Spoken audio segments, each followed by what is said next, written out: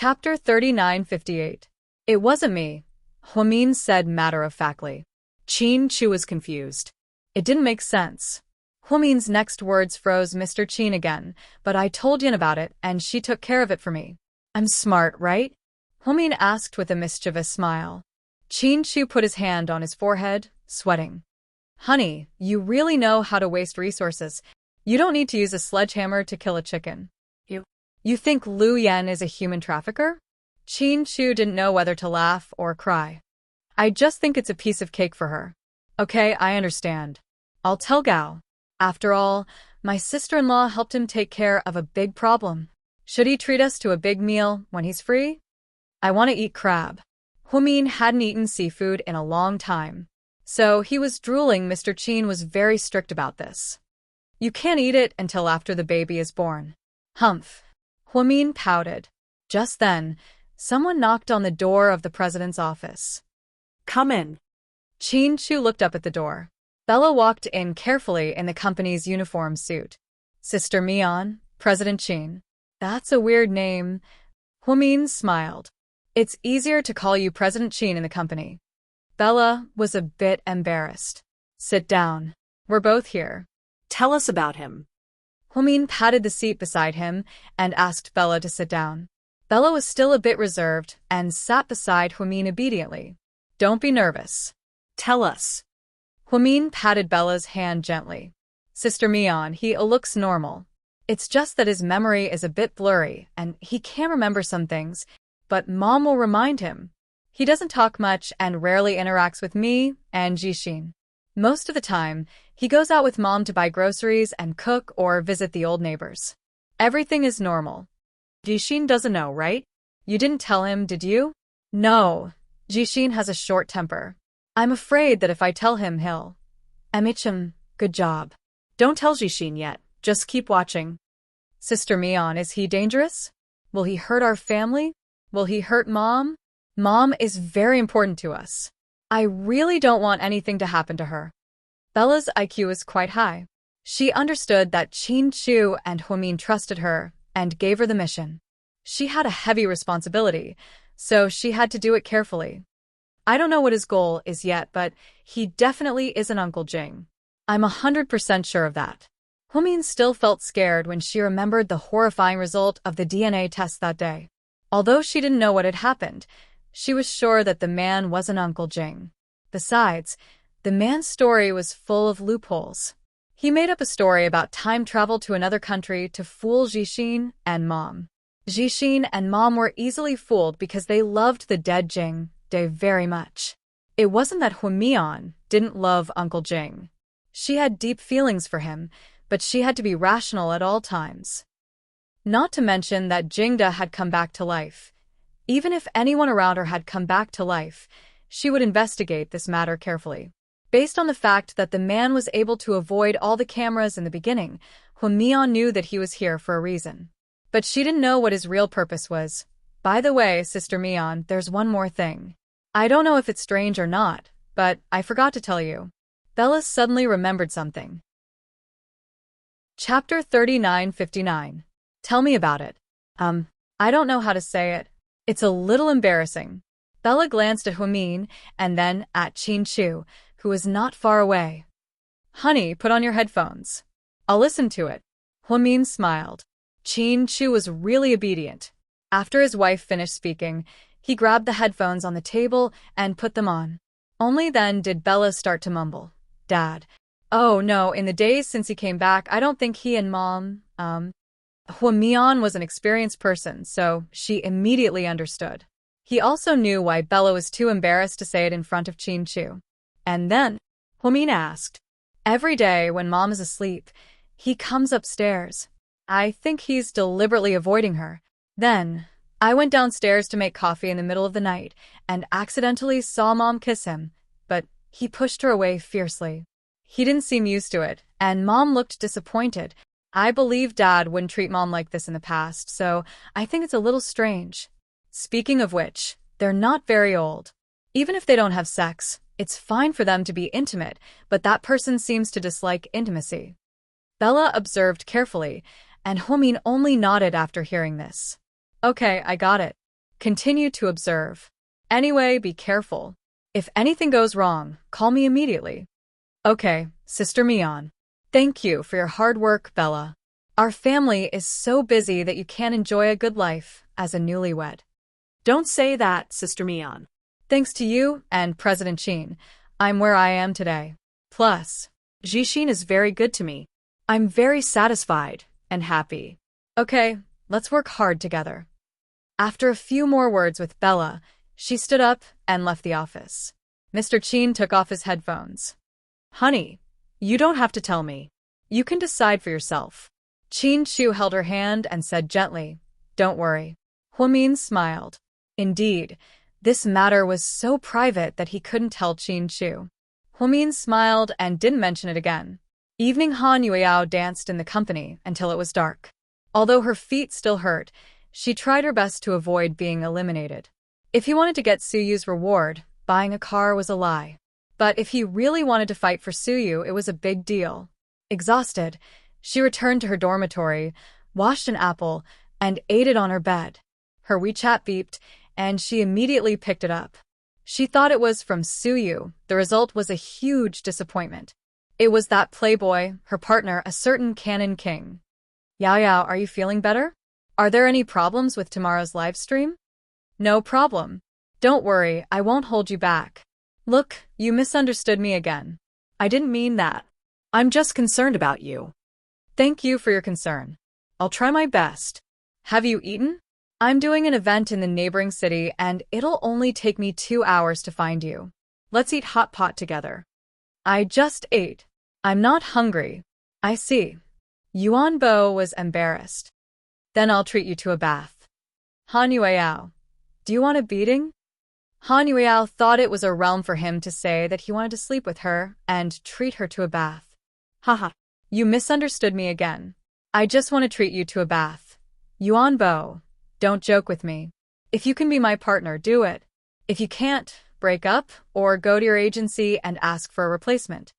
She didn't know if this guy was serious or joking, but her attitude was firm. Sleep with him? No way. Yao Yao. What if I want to be your girlfriend? Yuan Bo asked, unwilling to give up. Chapter 3960. Han Yueyao immediately replied, "You're trying to cheat me in the name of dating, right?" Yuan Bo. Okay. I'm tired. I'm going to sleep now.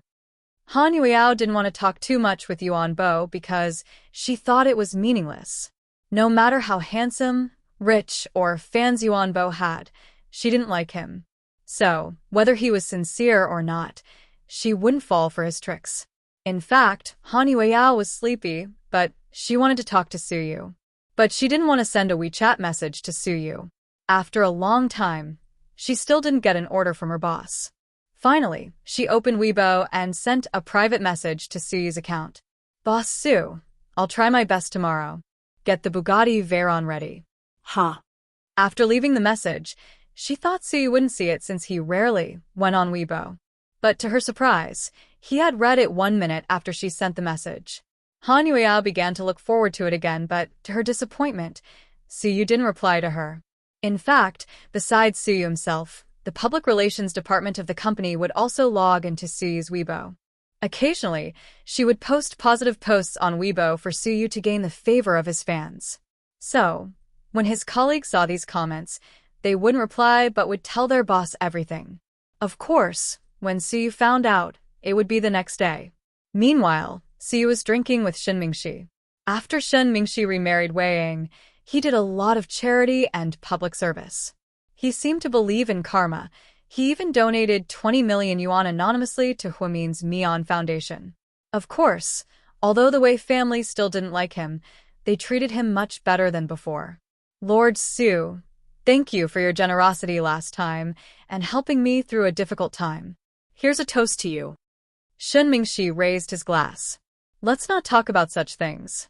We've known each other for so many years. We're brothers. Suyu held the wine glass and smiled. There are good and bad brothers as well. I'm very glad that I have a true brother who can withstand the test. Alright, stop being so sentimental. Now that you've remarried, everything will be fine. Oh right, that child, is he going to school? Shin Mingxi knew that Suyu was asking about Hui Yanyan's daughter. Yes, she went to the capital to study. She lives on campus. If you ask me, she might be a disaster if you keep her. You shouldn't keep her. You can even send her to the orphanage. I can't do it. I've been with her for a long time, and I've developed feelings for her. I really can't do it. Shen Mingxi poured himself another cup of wine and drank it. Old Shen, you have to change your temper in the future. The business world is heartless. Don't be so heartless. In the end, you are the one who will suffer. Haven't you suffered enough from Hui Yanyan? That's right. I've learned my lesson this time. But it's a good thing that Ing forgave me. It's not easy for Wei Ying either. In order to be with you, she almost offended her entire family. You have to treat her well. I will, Lord Su. When will you think about your own affairs? Shin Mingxi's sudden question made Su smile. Who am I? I'm so cool. I'll get drunk when I'm alone. Suyu joked cheerfully and even played the popular microphone. How are you and that female artist in your company? I've seen the media talking about you too. Do you have a chance? Shin Mingxi remembered that in the last few issues of the Gossip Weekly, Suyu's company had been promoting a beautiful girl. Chapter 3961. There's no chance. Do you believe the media's hype? Then what are you going to do? After Shin Mingxi's matter was settled, he was actually very worried about Suyu's marriage. In the blink of an eye, a few years had passed. The famous tycoons in the industry were all married and had partners. There were a few high-profile entrepreneurs who had even divorced twice. However, Suyu is still single. It's fine. It's good to be free. Being alone is good. Suyu's mentality was already very good. He wanted to let nature take its course.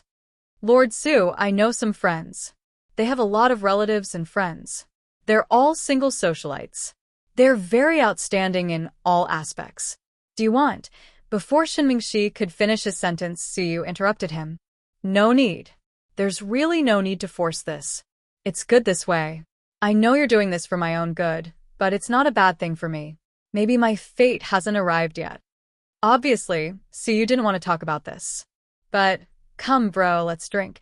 Let's not talk about this. Suyu's words shut Shin Mingxi up. He was too embarrassed to bring up the topic of introducing a girlfriend to him. When the two of them finished drinking, it was already late at night. Shin Mingxi's driver picked him up, and they returned to the villa, and drove to buy sobering medicine. Suyu waited at the door for a while. The early winter in the north was already very cold. At night, the water on the road would freeze. It was bone-chilling. Suyu was wearing a light-colored Versace jacket. In the cold night, his lonely figure looked even lonelier. The entrance was originally to prevent a famous director from having an affair, but they accidentally took a photo of Suyu.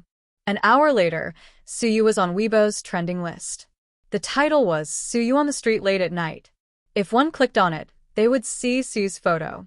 He lowered his head, holding a lighter in one hand and a cigarette in the other. He looked at the side of the road, feeling a little lost and lonely.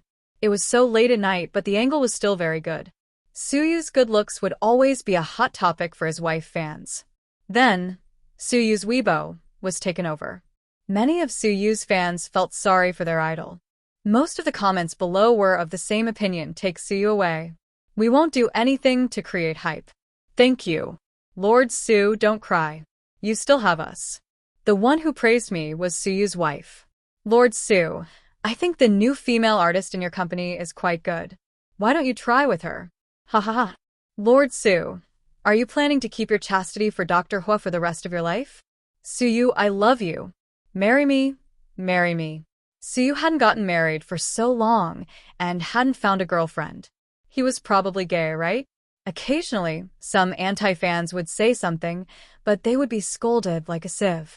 When he drove back to pick up Suyu, Suyu still didn't know what had happened. When some friends in the industry sent him WeChat messages, he knew he was on the hot search list again. Suyu had no choice but to log into Weibo and look at it. Then he smiled and didn't want to care about these boring things. Suddenly, he saw Han Yueyao's message. So, he replied, "Good luck tomorrow." He thought Han Yueyao was asleep at this time, but to his surprise, she immediately replied, President Sue, how much did you spend to buy this hot search list? Get lost. Do I need to buy it? I'm popular wherever I stand. Han Yueyao smiled. Then she looked at Su Yu's lonely photo and felt sour in her heart. She typed word by word in the private message box. Su Yu, from now on, I'll protect you. I, Han Yueyao, will protect you. Chapter 3962. Perhaps people would have emotions late at night that they didn't have during the day. Han Yueyao didn't know why, but she just couldn't bear to see Su Yu's lonely back.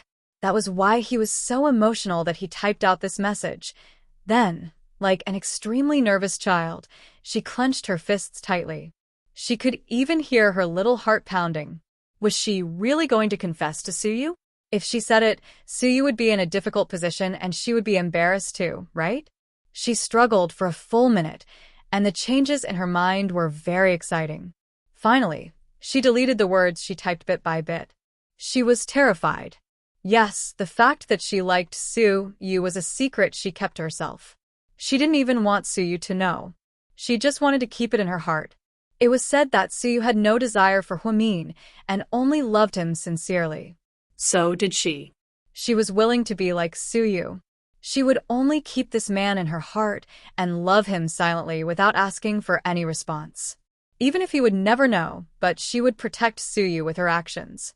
A good person like Su Yu shouldn't be mocked by others. Han Yueyao felt that this era was despicable. A man like Yuan Bo, who kept changing women, was unfaithful and irresponsible, had many girls mindlessly chasing after him. But a Prince Charming like Su Yu was misunderstood as gay and had a biological problem. She couldn't agree with such a twisted worldview in the end. She deleted all the words and replaced them with the most ordinary sentence, "Good night, Boss Su." Seeing this, Su Yu smiled. He also replied to Han Yueyao with 2 words, "Good night." In the darkness, Su Yu had that terrifying dream again. He was never a timid person, but facing such a dream, he was really scared, extremely scared. Su Yu, don't you love her very much? Then let's see if she's worthy of your love. Ha ha ha. In midair, a woman's sharp laughter rang in his ears. It made him feel extremely uncomfortable. Not far away in the fog, a lonely and thin figure slowly walked over. Mion. Su Yu muttered to himself. He saw Huamin walking towards him step by step. Mion, don't come, I beg you.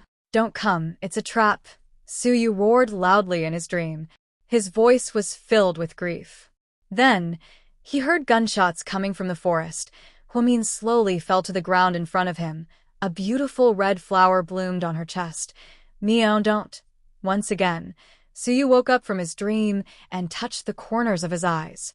There were tears. President Su, what's the matter?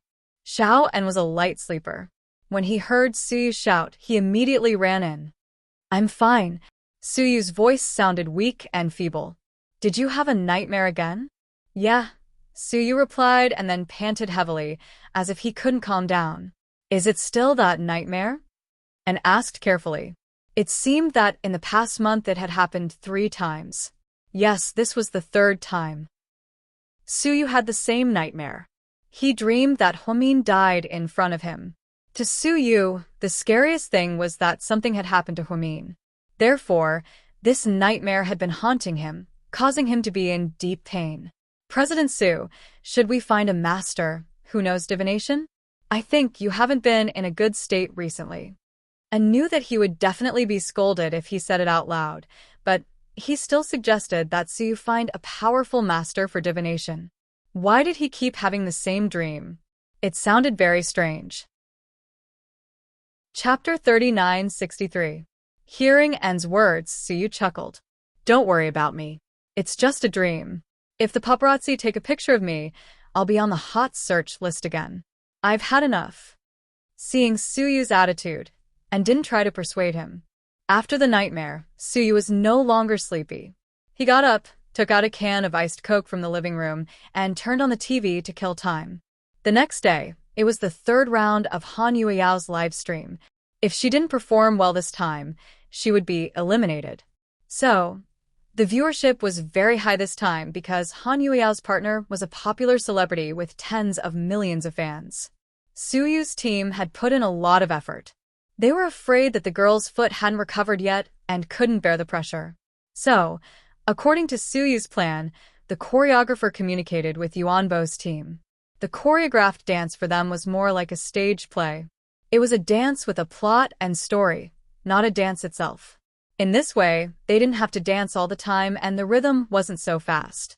Yuanbo had acted in many shows and had a foundation. Han Yueyao was a newcomer, so everyone was worried that she wouldn't get into the role and would feel awkward. The live stream attracted everyone's attention.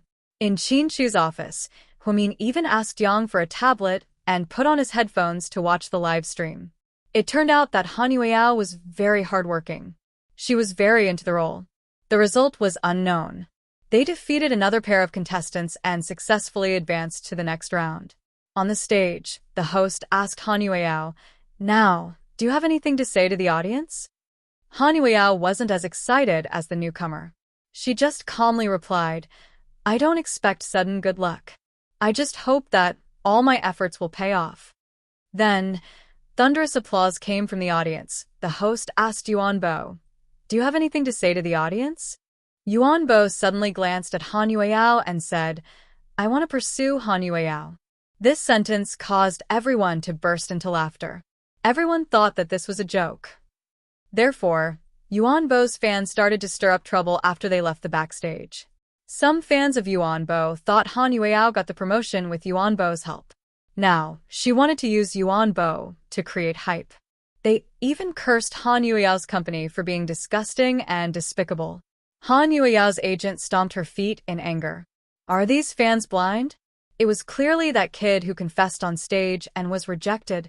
Now, they're complaining that we're trying to hype things up. What a joke. It's fine, who asked me to not be as famous as him. She didn't want to pay attention to the rumors. She was in a good mood because she had made it to the next round. She had made Suyu proud. When she was about to leave after removing her makeup, Yuanbo stopped her. "Yao Yao, let's eat together?" "No, I have to go back to the company." Han Yueyao declined with a smile and got into the minivan with the team. TSK. Little girl, I'll coax you into bed sooner or later. Yuanbo grew braver as he fought. Entrance of Imperial Star surrounded by a large group of fans. Han Yueyao didn't notice when she got out of the car and was hit by a rotten egg. Shameless vixen. You used Yuanbo to create hype. Get out of the entertainment industry. Scheming bitch. Yeah, scheming bitch, get out. Yuanbo won't date you. It turned out that some crazy fans of Yuanbo had surrounded Han Yueyao. Feeling conflicted, Han Yueyao reached out to touch the sticky egg and bit her lip. Before she could speak, she heard a voice behind her. "Little bastard, how dare you bully our artist in front of Imperial Star? Do you think I'm a decoration?" Suyu had just arrived at the company and saw Han Yueyao being bullied from a distance. Chapter 3964. Han Yueyao didn't expect Suyu to appear at this time. He appeared at the right time. President Su, when Han Yueyao's team saw Suyu, they were naturally respectful. These fans didn't recognize him and didn't have time to react. Suyu glanced at Han Yueyao, who was in a sorry state. Then he looked at the girl who threw the egg at Han Yueyao. Then, Suyu walked over and picked up the egg in the girl's hand. He threw it at the girl's face. Wah! Perhaps the little girl felt that everything had happened too suddenly, so she started crying. Suyu didn't stop. He picked up another egg and threw it at the girl's head. See, when others throw it at you, you cry like a ghost. When you use this to hurt others, why don't you think about the harm you'll bring to others? Suyu lectured casually. Hey, who are you? Why do you care about us? There seemed to be some irrational fans who weren't convinced. Suyu picked up the egg and weighed it in his hand. They were so scared that they didn't dare to take another step forward. I'm the boss of this company, so I will protect my employees. You little brats, leave quickly or I'll call the police and arrest you all. You'll be obedient after you're sent to the police station. You're still young, yet you're still chasing after celebrities. Are you so good to your parents? Suyu's tone was like that of an elder. The tone he used to lecture the younger generation, Han Yueao felt a warmth in her heart. When President Su stood up for her, he looked so charming and manly. After being lectured by Su Yu, the children were so scared that they quickly left. Su Yu took the tissue from Un and wiped Han Yueao's hair that was dipped in the egg. President Su, Han Yueao bit her lips shyly. You're a jerk. Aren't you always good at arguing with me? Why didn't you fight back when you met those troublemakers? Are you stupid? I did it to protect our company's image, she explained. Our company hasn't had much of an image these past few years. Remember this, if people don't mess with us, we won't mess with them. If people mess with us, I'll make them throw up the food I bought for them. Young Master Su once again invented a golden sentence, and almost laughed out loud behind him. Okay, I'll remember what you said. Haha. Don't freeze me when the media reports that I had a fight with my fans. Han Yueao chuckled. Su Yu glanced at her and said slowly, there's only one way I can freeze you, and that's if you lose a fight with your fans. Ha. Don't worry. I won't lose. I'm good at catfights. Han Yueao was in a good mood. Su Yu was probably the only boss in the world who had no moral integrity and bad morals. All right, stop talking nonsense. Follow me. Su Yu waved his hand and asked Han Yueao to follow him in. Han Yueao followed behind Su Yu like a little tail. The manager and assistant looked at each other. Their gazes were full of meaning. They seemed to want to say that President Su treated Han Yueao differently. In the underground parking lot of Imperial Star, Han Yueao was dumbfounded when she saw the orange Bugatti Veyron. Boss Su, this. Don't you like small animals? I said that if you win, I'll give you one. Damn. I really have one. Don't scare me. I have a weak heart. Han Yueao was so shocked that she almost peed her pants. A Bugatti Veyron worth 25 million yuan. Was Su Yu joking? Chapter 3965. You have a driver's license, right? Su Yu asked Han Yueao directly. Yes. She must have had time to get her driver's license, but she didn't buy a car because she was poor. So, she didn't have the chance to drive a car. She had thought that if she could stay at Imperial Star and earn some money, she could buy a Buick or something. After all, she was a newcomer and didn't have a high salary. Su Yu gave her a Bugatti Veyron, which was beyond Han Yueao's limit. Her bet with Su Yu was actually a joke. It was just because she wanted to talk to Su Yu and joke around. But the boss took it seriously. Go and try it. Su Yu threw the car keys into the air. Han Yueao caught it. Boss Su, what? Su Yu tilted his head to look at her and raised his eyebrows. I don't dare to take it, Han Yueao said loudly, not knowing whether to laugh or cry. Su Yu, can you be a little more promising, Han Yueao? Poverty has limited my imagination. After all, I'm from the poor. I don't dare to ask for something too expensive. I think the company can give me a Buick or Toyota or something. After all, it's for transportation. Cut the crap. Drive it around and try it. Before Han Yueao could speak, Su Yu pressed the key in Han Yueao's hand. The car started. Su Yu reached out to open the car door. What are you waiting for? Get in. I don't dare. Who will pay if it's damaged? Han Yueao thought that this car was so expensive. If it was damaged, she might not be able to afford it even if she sold herself. I'll be in the passenger seat. What are you afraid of? If it's damaged, it's on me. With that, Su Yu got into the passenger seat first. Seeing this, Han Yueao knew that she couldn't avoid it. So, she braced herself and sat in the driver's seat. Her hand trembled as she turned the switch. Why are you looking at me? Drive. Su Yu seemed to be pushing a duck onto a perch. Han Yueao made up her mind. He didn't care about anything else. He started the car, put it in gear and left. Not to mention, it was quite stable. Just like that, the two of them came out of the underground parking lot and ran around Imperial Star. Finally, they returned to the parking lot. When Su Yu got out of the car, he said faintly, "Not bad. Here's the car."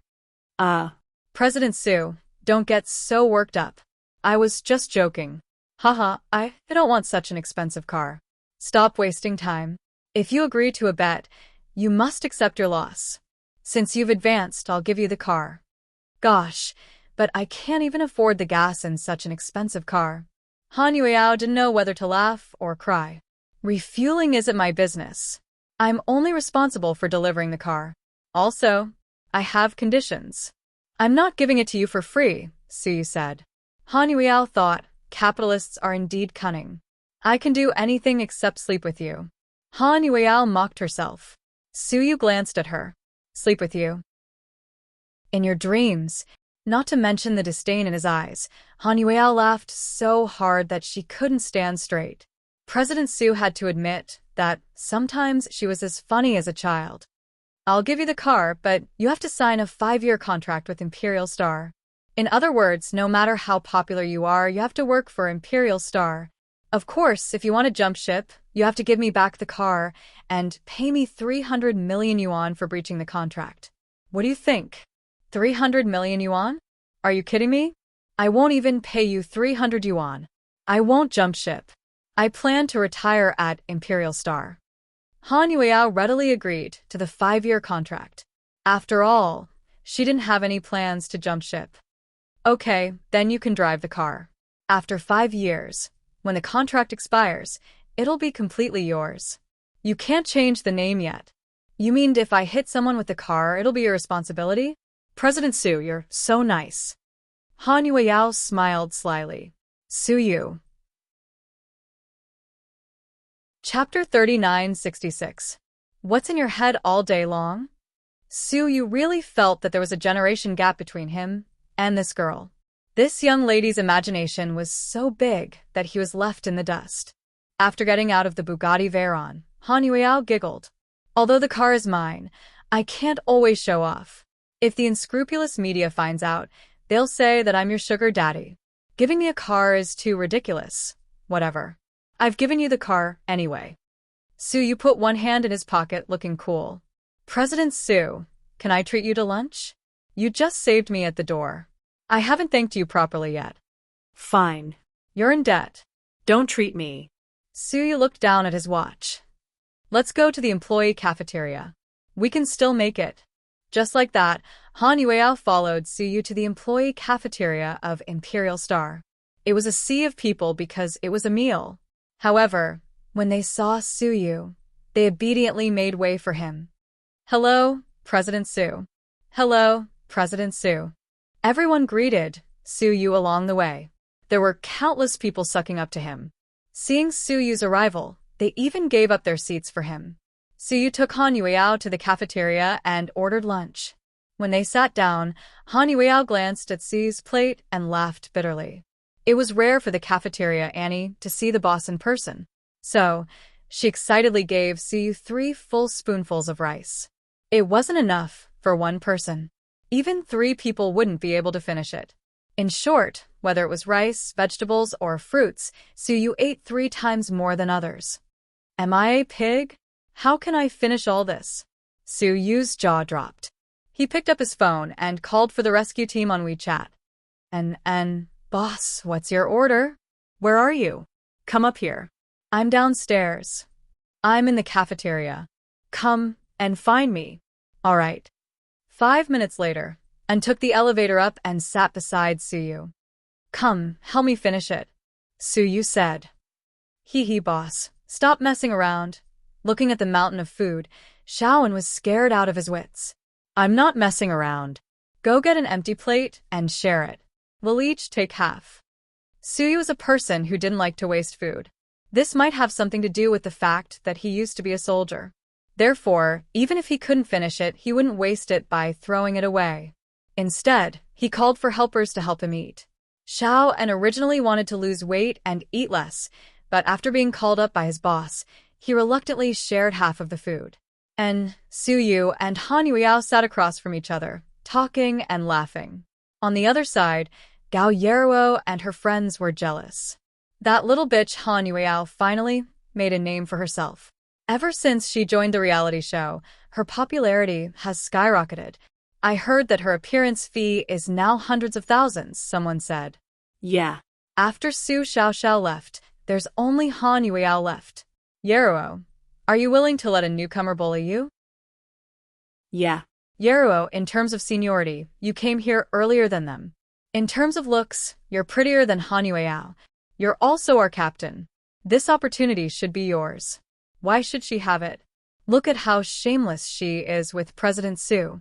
She even wants to take off her clothes. Women were scary when they were jealous. They always slandered others. Hearing this, Gao Yeruo felt uncomfortable. Shut up, all of you, Gao Yeruo said coldly. The girls immediately fell silent. Then, Gao Yeruo stood up with a smile and walked toward Han Yueyao. Chapter 3967. Yao Yao, congratulations. You've made another breakthrough. Gao Yeruo looked at Han Yueyao with a smile. Thank you. Han Yueyao's reaction was cold, but to her surprise, Gao Yeruo was thick-skinned and sat down next to her. I watched the live stream today. I think you did very well. You and Yuanbo are a good match. By the way, when I watched the live stream, Yuanbo confessed to you. You two are a good match. Gao Yeruo was smiling from beginning to end. But Han Yueyao knew this woman didn't have good intentions. Sure enough, after a few words, she kept talking about her and Yuanbo in front of Suyu. She was really a slut, a scheming bitch. Yuanbo and I are just partners. Forget about the media hype. People don't believe it. Han Yueyao's reaction was still cold. But I can see that Yuanbo seems to be serious about you. Do you want to consider it? As a friend, I have to remind you that Yuanbo is very popular. If you really become his girlfriend, you'll have a bright future. Han Yueyao put down her chopsticks and sneered. First, I know what happened between Yuanbo and me. Second, Gao Yeruo, you seem to have forgotten. Let me remind you that you and I were never friends. I only have Su Xiaoxiao as a good friend at Imperial Star. Please don't flatter yourself. Third, next time you talk to me, try not to talk to me when I'm eating. After all, I don't want to lose my appetite. Gao Yeruo. Han Yueyao's words were always sharp and didn't give Gao Yeruo any face. Some people might say that she wasn't tactful and didn't know how to deal with people. Of course, if she knew how to deal with people, she wouldn't be the straightforward Han Yueyao. After mocking Gao Yeruo, Han Yueyao got up and left with her plate, ignoring Suyu, and then Gao Yeruo got up awkwardly and ran away with her tail between her legs. Domineering. Miss Han is very manly, and thought highly of Han Yueyao and didn't show any mercy when it was time to fight. She rarely caused trouble. Suyu touched his nose and didn't say anything. He just continued eating the mountain of food. In the afternoon, Suyu held a meeting in the conference room to design the plans for the new season, and was bored waiting outside. He took out his phone and sent a WeChat message to Huamin. And, President Hua, are you there? Huamin, yes. Xiao and President Hua, if you're free, why don't you come and visit President Su? Huamin, what's wrong? Is he not feeling well? Xiao and no, he's been having nightmares recently.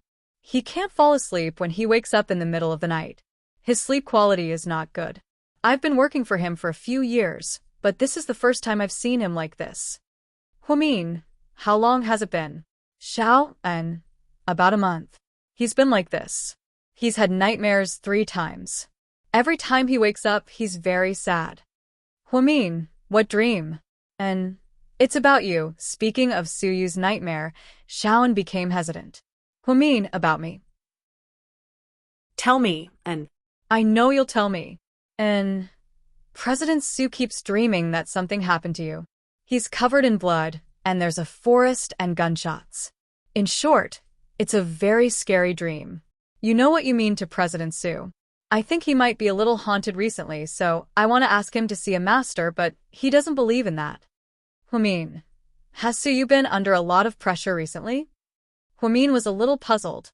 Under normal circumstances, people wouldn't have nightmares frequently when they were in a normal state of mind. And no, President Su hasn't been under any pressure recently. It's quite good. Huamin, where is he? And in a meeting. Huamin, okay, I'll talk to him after the meeting. And President Huamin, okay, I won't say it was you. Don't worry. And Okay, thank you, President Hua. Huamin wanted to talk to Suyu about his recent situation, but this meeting didn't succeed because something happened to Suyu. Chapter 3968. It was a very ordinary night. Suyu didn't sleep well, so he lay down early to prepare for sleep. However, he still couldn't fall asleep peacefully. Perhaps it was related to that dream, but Suyu had been having frequent nightmares recently, and he was already a little traumatized. He really wanted to close his eyes and return to that dark forest. He was really afraid that he would see Mion covered in blood again, so he still couldn't fall asleep in the middle of the night. Therefore, he got up and went upstairs to the study to read the company's report. Then, he opened a bottle of whiskey. He drank as he worked. Just like that, 3 more hours passed until it was 2 o'clock in the morning. Suyu was slightly sleepy. He planned to go back to his bedroom to take a shower and fall asleep. However, when he passed by the corridor on the second floor, he suddenly saw a figure moving on the high wall outside. At first, Suyu thought that he had drunk too much and was hallucinating. However, when he took a closer look, there really was a figure. Even if he rubbed his eyes, he would still see the blurry white figure. Damn it, did I see a ghost? Suyu cursed. Because he was from a military family, he never believed in ghosts and gods. Therefore, when it asked him to find a master to calculate, he didn't even think about it. Now that he saw a figure in the middle of the night, he would definitely find it strange. This community was famous for being rich. The security system was very good, and there had never been any burglary. Suyu's mansion was located in the center of the community. Under normal circumstances, other than the staff of the community, outsiders were not allowed to enter. Therefore, when Suyu saw the shadow outside his wall, he was very strange. He put on his coat and walked down curiously. He didn't even bring his phone with him. Suyu was at his own doorstep, and he knew his own skills. Without 8 or 10 people, he probably wouldn't be able to control Suyu. With this thought in mind, Suyu went downstairs step by step, hearing footsteps, and got up in a daze and opened the door. President Su, are you going out? What time is it? I'm going out to get some fresh air. Suyu did not tell Xiao about the situation outside. He only gave him a simple explanation. Therefore, and went back to bed and continued sleeping. Later, after Suyu got into trouble, Xiao hated himself. Why did he sleep in? If he had gone out with Suyu, would boss have been fine? However, what he didn't understand was that those people were here for Suyu. If Xiao went out, only death would await him. Therefore, not going out could be considered as saving his life indirectly. When Suyu came out, it was terrifyingly quiet outside. It was early winter in the north, and there wasn't much snow yet, so it was only bone-piercing cold. Suyu had planned to open the door and go out to see who was playing tricks in front of his door.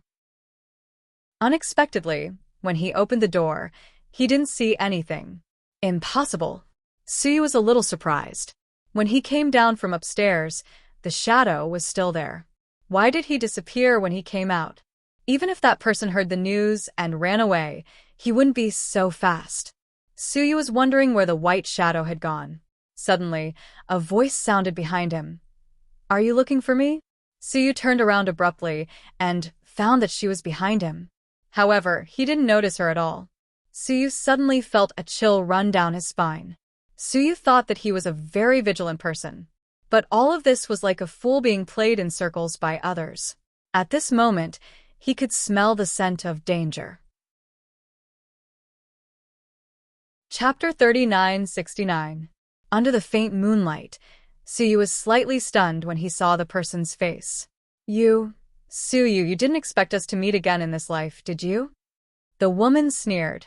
Suyu was about to say something when he suddenly felt a numbing sensation on his back. His vision turned black, and he lost consciousness. Done. A man in black appeared behind Suyu. Who told you to act so quickly? The woman seemed to be quite dissatisfied. Her smug mood seemed to have not passed. Mr. Y told me to. He said that the security system in this community is very flexible. We can't waste too much time. The car is ready. Let's go. You gave him an anesthetic? Yes. It's enough for him to sleep for 12 hours. When he wakes up again, he'll be in our territory. The man smiled wickedly with a smug look on his face. Good, very good. I've been waiting for this moment for 5 years, the woman said with a smile. I didn't expect Suyu to be so weak. It was too easy to catch him. He was careless. Maybe it's because he's shocked to see me again. The woman smiled and walked over. She kicked the unconscious Suyu with her high heels with a look of contempt. The man and woman carried the unconscious Suyu and mysteriously disappeared into the night. In the morning, when An woke up, he thought that Suyu had not woken up. Suyu had been sitting on the sofa, in the living room. He waited until almost 8 o'clock, but Suyu still did not move, and found it strange because Suyu rarely slept so late. Even if he was drunk, he wouldn't sleep until the sun was shining on his butt. And carefully went to Suyu's bedroom and knocked on the door. President Su, it's time to get up. No response. President Su, it's time. You have a regular meeting today. Still no response, and made up his mind and rushed in at the risk of being scolded. Then he was stunned. Suyu's room was empty. The blanket was still messy and unfolded. It was obvious that Suyu had messed up the bed last night. President Su, Shaoan shouted, but there was still no response. He started to panic and started to search upstairs and downstairs. He even searched the basement, the parking lot, the gym, and the cinema. The entire villa was more than 900 square meters, but there was no sign of Suyu. Only then did Shaoan realize that something was wrong. He didn't call Suyu because he found a phone in Suyu's bedroom. Boss didn't take the phone with him. He flipped through his phone and didn't find any suspicious call history, including WeChat. He thought back to last night when he woke up in a daze in the middle of the night. Boss said that he wanted to go out for some fresh air? That's right. Thinking of this, and drove directly to the security room in the community and asked for the surveillance footage. The security guards here all knew Shaoan and knew that he was Su's assistant. Therefore, he didn't dare to make things difficult for him and only obediently did as he was told. And watched the surveillance video of last night without blinking. At the entrance of Suyu's villa there was nothing. Yes, there was nothing. And you saw it too. There's really nothing unusual. Our security guards patrol 24 hours a day and take turns. If something strange really happened, there's no reason for us not to know. The surveillance footage hadn't been erased, but they couldn't see anything unusual. Suddenly, Anne's heart turned cold. He pointed at the surveillance footage and said, "No, there's something wrong with this surveillance footage." "What's wrong?" "It's clearly very normal, just like usual." The security captain didn't quite understand what it meant. "Our President Su went out in the middle of the night last night and said that he wanted to get some fresh air, but your surveillance footage didn't capture his shadow. This is abnormal to begin with. Someone must have tampered with the surveillance footage." Shaoan's reaction was also fast enough. He immediately found the bug. Chapter 3970. I still don't quite understand what you mean. The security guards were still simple-minded, so they didn't seem to understand Anne's meaning. "Forget it, I'll copy these first. I'll go find someone to help me." And realized the seriousness of the problem. So he took out a USB flash drive and cut out all the surveillance footage of Suyu's mansion. Then he left the security room in a hurry and drove straight to GK. Yes, Anne's first reaction was to find Humin, because Humin was smart and Suyu's best friend. GK headquarters. When Anne rushed in, Humin and Qin Shu were both surprised. "President Qin, President Hua, something happened to our boss." They could tell from Anne's panting that he ran all the way in. "What's wrong?" Humin stood up with his big belly and put down the financial newspaper in his hand. After she stopped working, she went to work with Qin Shu every day, and the couple was especially sweet. Mr. Qin was even more motivated to work now. Upon hearing Anne's words, Qin Shu's expression changed slightly. He stood up and walked over. "And speak slowly." Qin Shu's assistant, Yang, poured a glass of water for Anne. However, he didn't drink it because his heart was still beating wildly. "Last night, in the middle of the night, my boss said he wanted to go out for some fresh air. At the time, I thought he hadn't been sleeping well and wanted to go out for a walk. I didn't think much of it, but now that I think about it, I really regret it. If I went out with him, maybe things wouldn't be like this," and gritted his teeth. hating himself for being so lazy and not going out with Suyu. And then, what happened to Suyu? Hwamin was very nervous because he knew An's temper too well.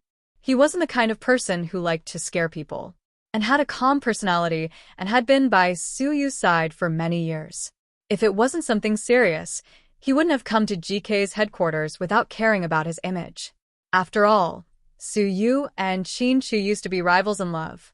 Most of the time, Suyu would choose to talk to Hwamin privately in private. But this time, he didn't even have the chance to call or send a WeChat message in private. He knew that something urgent had happened, and took a deep breath and continued. When I woke up this morning, I found that our boss was gone. Gone? Have you called him? Chin-Chu asked. I didn't take the phone with me. It's at home. Then where did he go? Hwamin asked. It's just that I don't know where it went. I couldn't find it anywhere. Then I went to the surveillance room to get the video. After watching it carefully several times, I found that there was something wrong with the surveillance. As he spoke, and took out the USB flash drive. Let me see. Chin-Chu took the USB flash drive and plugged it into his laptop. Hwamin quickly walked behind him, and the two watched the video carefully together. Someone must have tampered with the surveillance video. Otherwise, it would have captured President Su leaving the house. And added, Honey, let me try. Hwamin rarely used his hacking skills, but it didn't mean that he didn't know how to do it. She sat on Chin-Chu's chair and quickly typed on the keyboard. It only took her 3 minutes to crack the video perfectly. It's like this. The video was edited. The person who did this is very good, and is also a hacker expert. If you don't look carefully, you won't be able to tell, Hwamin said worriedly after verifying the video. Is Suyu's phone with you? Let me see. Chin-Chu heard Suyu's phone call and turned to look at it. Yes, it's here. And carefully handed over Suyu's phone. Chapter 3971. Honey, can you check the phone and see if there's anything wrong with it? Hwamin nodded, took Suyu's phone, and connected it to the computer. However, she saw something that made her feel very awkward. If it weren't for Suyu's accident, no one would have the right to touch Suyu's personal belongings. She didn't know that Suyu's screensaver was still Hwamin's photo. It was a photo from a few years ago. Compared to now, Hwamin was still very young back then. It was a photo of Hwamin when he first came to Southside as a doctor. He was wearing a white coat and a pair of black-framed glasses. At that time, Hwamin's hair wasn't as long as it was now, but it was still very pleasing to the eye. Ahem, and coughed awkwardly behind the couple. Hwamin was also a bit embarrassed, so he quickly went to work. After checking, Hwamin unplugged the phone. There's nothing wrong with the phone. There's no suspicious or deleted call history, Hwamin said. That's strange. Suyu doesn't seem like someone who would be kidnapped so easily. Could it be that he had something to do and left on his own? That's impossible. President Su would never leave without saying anything. Even if he left, there would be surveillance footage. The problem is, President Su disappeared into thin air, and explained anxiously. How could a living person disappear into thin air? Someone must have done something. Hwamin's heart sank. He had a feeling that this matter wasn't that simple. Chin-Chu also frowned slightly and analyzed. To be able to kidnap Suyu in the middle of the night without a sound, the person must be very powerful. Yes, I also guess that the enemy must be very powerful. Otherwise, President Su wouldn't have been kidnapped so easily without even being able to fight back. Did Suyu offend anyone recently? Chin-Chu asked, and no, but not long ago, President Su's car was tampered with. Fortunately, I found out in time. That is to say, someone has been plotting against him? Chin-Chu raised his eyebrows. Hubby, have you forgotten? The car accident. Hwamin reminded Chin-Chu. Yes, we still couldn't find any clues about the previous incident. It's very likely that the people who tampered with the car accident, and the people who kidnapped Suyu are all part of the same group. Who could it be? Hwamin raised his head and sighed. I'll call Gao Ran first and ask him to check all suspicious vehicles and surveillance cameras in the city. Chin-Chu turned around and took his phone to call Gao Ran from the municipal bureau for help. Xiao, and on the other hand, was extremely anxious. President Hua, will something happen to our boss? And was worried that Suyu would be killed just like that. No, Suyu is lucky, Huamin convinced himself. But those people clearly want his life. I was too careless. I should have gone out with him last night and was extremely regretful. He reached out and pounded his chest. It was too late to say anything now. Huamin comforted and with mixed feelings. Don't think that way. Perhaps this is to protect you. Then think about it. Suyu's skills are no worse than yours, but he was easily kidnapped. It won't make a difference if you go out. At most, you might die, so it's not your fault. President Hua, I've always thought that you're the smartest person. President Su cares about you the most. You must think of a way to save our boss. And was completely flustered. He could only place all his hopes on Huamin. Chapter 3972. Don't worry, I'll definitely find Suyu. Huamin had always been a dull person. She had never been cheerful. At most, she would joke around with her friends. Therefore, she didn't cry in the face of such a big matter.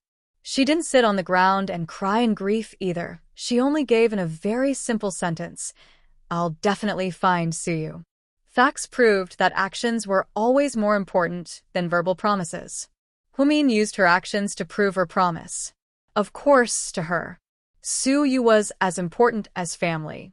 All these years of entanglement, Suyu's feelings for her, kindness, and everything, Huamin remembered in her heart. And go back to the company and make arrangements.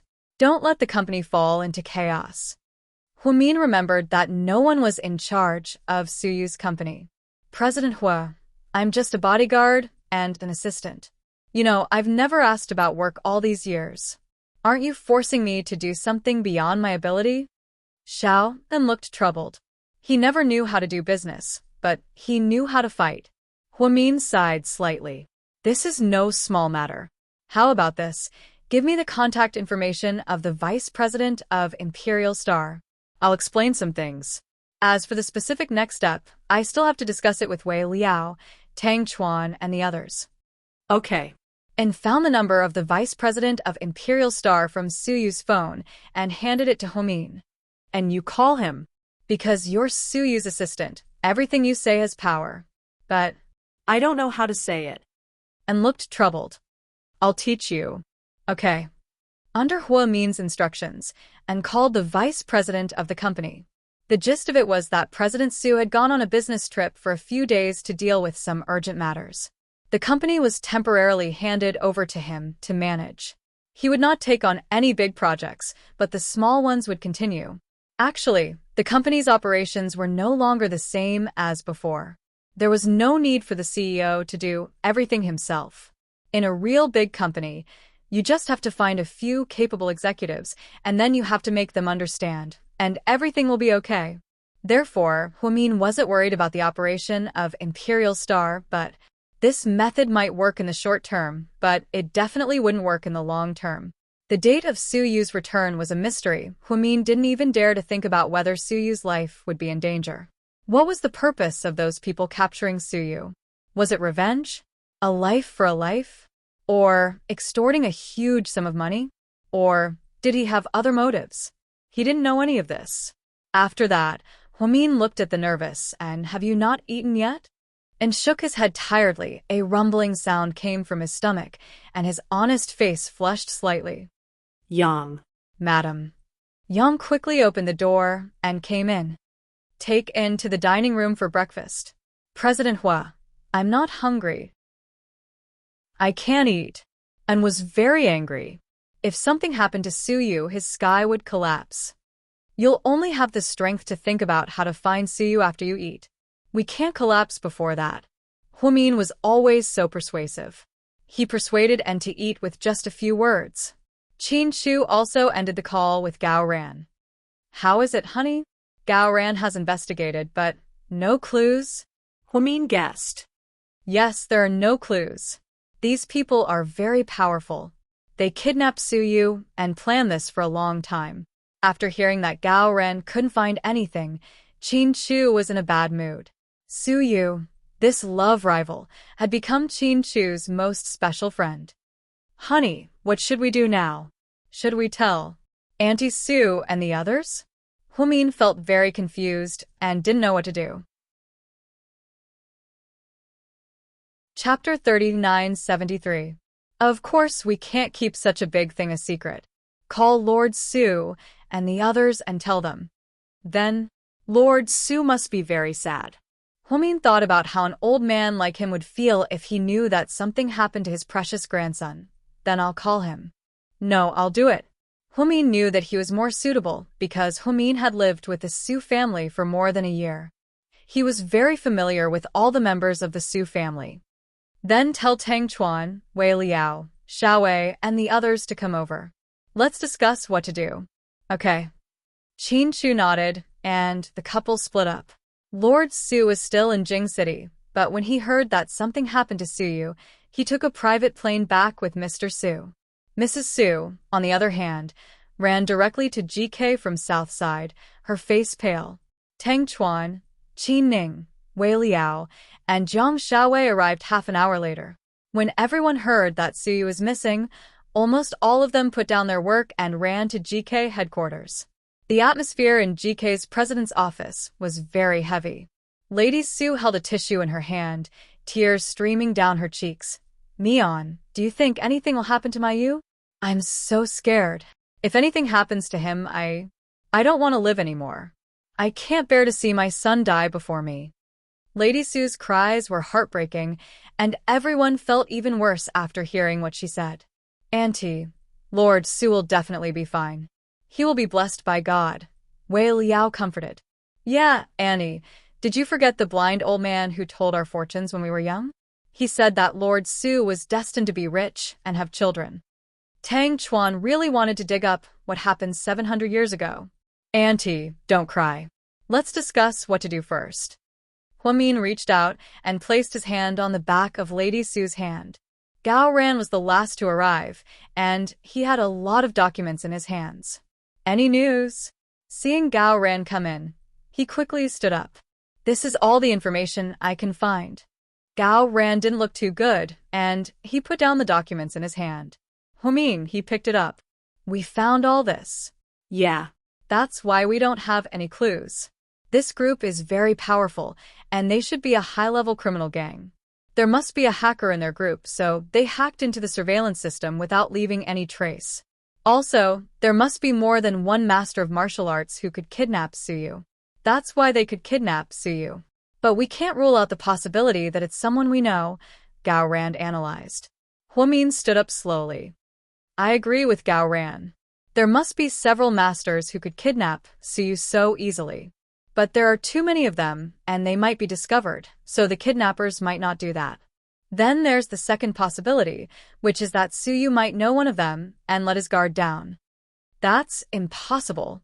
We're the only people who know Suyu well. Other than us, no one can kidnap him. What about Xinmingxi and Nieling Xian? Jiang Xiaowei asked. Her speculation was reasonable. Other than the few people present, Xinmingxi and Nieling Xian were the most suspicious. Xinmingxi, that's impossible, Wei Liao said. Ever since he remarried Ing, he's been extremely grateful to Mr. Sue. Plus, he and Ing were in Harbor City cutting clothes for a new company. They left yesterday morning and haven't come back yet, so it's not valid. To his surprise, Wei Liao, who hated Xinmingxi the most, helped him clarify the matter. I've also checked Nieling Xian. She's still in the States. There's no motive or environment for the crime, Qin Chu said. What should we do? Is it possible that the kidnappers are secret agents? What state secrets are involved? Tang Chuan's imagination ran wild. Auntie, you should pay attention to your phone. If the kidnappers want money, I think they'll contact your family. Qin Chu looked at Lady Sue, who was sitting on the sofa with a pale face. Chapter 3974. Lady Sue nodded weakly. In the end, everyone left on bad terms. Suyu's disappearance cast a thick layer of haze over everyone in this circle. Suyu was like Huamin, he was a core figure in this circle. Once he activated his entire body, therefore, everyone's mood was particularly depressed. When they walked out, Qi Ning was still puzzled. Chuan say, Lord Su is so powerful, but he was taken away. If the target was me, wouldn't I have died hundreds of times? Bah, you little brat, I won't allow you to say such inauspicious things. Tang Chuan rubbed Qi Ning's cheeks with both hands, feeling sad and distressed. Haha, I'm joking. Don't be nervous. Don't joke like this in the future, or you'll what? Qi Ning raised her face, obviously provoking him. She knew that Tang Chuan doted on her a lot.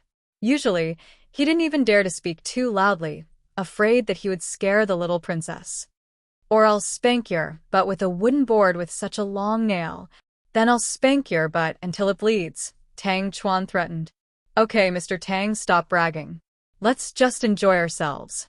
Qi Ning intimately held onto Tang Chuan's arm, and the two of them walked to the company. Qi Ning's newly established marine biological technology company was a female skincare company. Because it was newly established, it wasn't well known yet, so it was registered under Tang Chuan's company. The two of them went to work and got off work together, similar to Huimin and Qin Chu. Ever since Qi Ning returned to China, she had been radiant. In addition to work, she had made many new friends and was very active in the upper-class circle. On weekends, she drove a $10 million luxury car to take the twins out to play and eat. She had long forgotten about her father, who was far away in the States. Fortunately, Qin Chu's second uncle didn't care so much. After Suyu's accident, everyone tried to find him through various channels. Wei Liao and Tang Chuan had even privately sought out the mafia bosses in the provinces whom they had not had much contact with for many years. However, 3 days had passed and there was still no news of Suyu. Fortunately, the company could still operate normally. All information was sealed off. This was the order of Master Lord Su. In order to cause the outside world to make wild guesses and panic among the company's employees, Lord Su ordered that no one was allowed to leak the news of Suyu's disappearance, and didn't close his eyes for 3 days and 3 nights in that empty villa. Suyu's shadow was everywhere. As a bodyguard, Shaowen was very sad to lose his master. But the Su family didn't blame him. When Lord Su and his father rushed back from the capital that day, they only secretly met with Qin Chu and Huimin. The old man's mood was extremely heavy, and his back view made Huimin's heart ache. Han Yueao had been rehearsing and didn't know what had happened. However, she hadn't contacted Suyu for 3 days. At first, she wanted to maintain her dignity. She felt that it wasn't good to take the initiative to message President Su. After all, he was so busy. Later, she couldn't take it anymore and sent a message, but Suyu didn't respond. Finally, she couldn't help but ask her assistant. Recently, have you seen President Su? He's in the company. No, I really didn't pay much attention. Now that you mention it, I remember that I haven't seen President Su in the past few days. The assistant also realized it. Has anyone seen him in the company? I'm not sure. Why don't you ask? Han Yueao shook her head. During the break in her dance practice, she sat on the edge of the wall, sweating profusely, and took out her phone. Unwilling to give up, she sent another WeChat message. President Su, practicing dance is so stressful. I feel suffocated. How about I take you out for a ride in my Bugatti Veyron? Chapter 3975. 5 minutes later, there was still no response. Han Yueao was a little disappointed. What she didn't know was that Suyu's phone was in Huimin's hands. After brought it to him that day, Huimin had been keeping it. Gao Ran would occasionally use it to investigate. Huimin didn't like to invade other people's privacy, so she sent Suyu's calls to voicemail. He never replied to her WeChat messages. When Han Yueao sent the WeChat message, Huimin was staring at Suyu's phone in a daze. She glanced at it and saw the message. She wanted to tell Han Yueao that Suyu was missing. But when she thought of Lord Su's words, the fewer people who knew, the better. As a member of the Su family, no one knew if Suyu's disappearance was due to personal reasons or if the military was involved. Therefore, Lord Su didn't want to announce it to the public and could only search in secret. However, even with Lord Su's great power, there was still no news after 3 days. Su didn't have a tracker on him, so they couldn't locate him. In other words, they had to activate their heavenly eye and start searching with satellite positioning. It was like looking for a needle in a haystack. It was so uncertain. Moreover, everyone knew that their opponent might be a highly intelligent and high-tech criminal trafficker. If the system could do such a perfect restoration, its anti-reconnaissance ability was probably very strong. Qin Chu went to the conference room for a meeting. Huamin sat in his office absent-mindedly. "Madam, have something to eat. Look at how much you've been eating these days." Yang didn't know what happened, but the president and madam had been worried recently. Huamian only took a sip of the warm milk or didn't take a sip at all. The lunch was delivered by the restaurant. Huamin put down his chopsticks after a few bites. "I'm fine. Go to your work."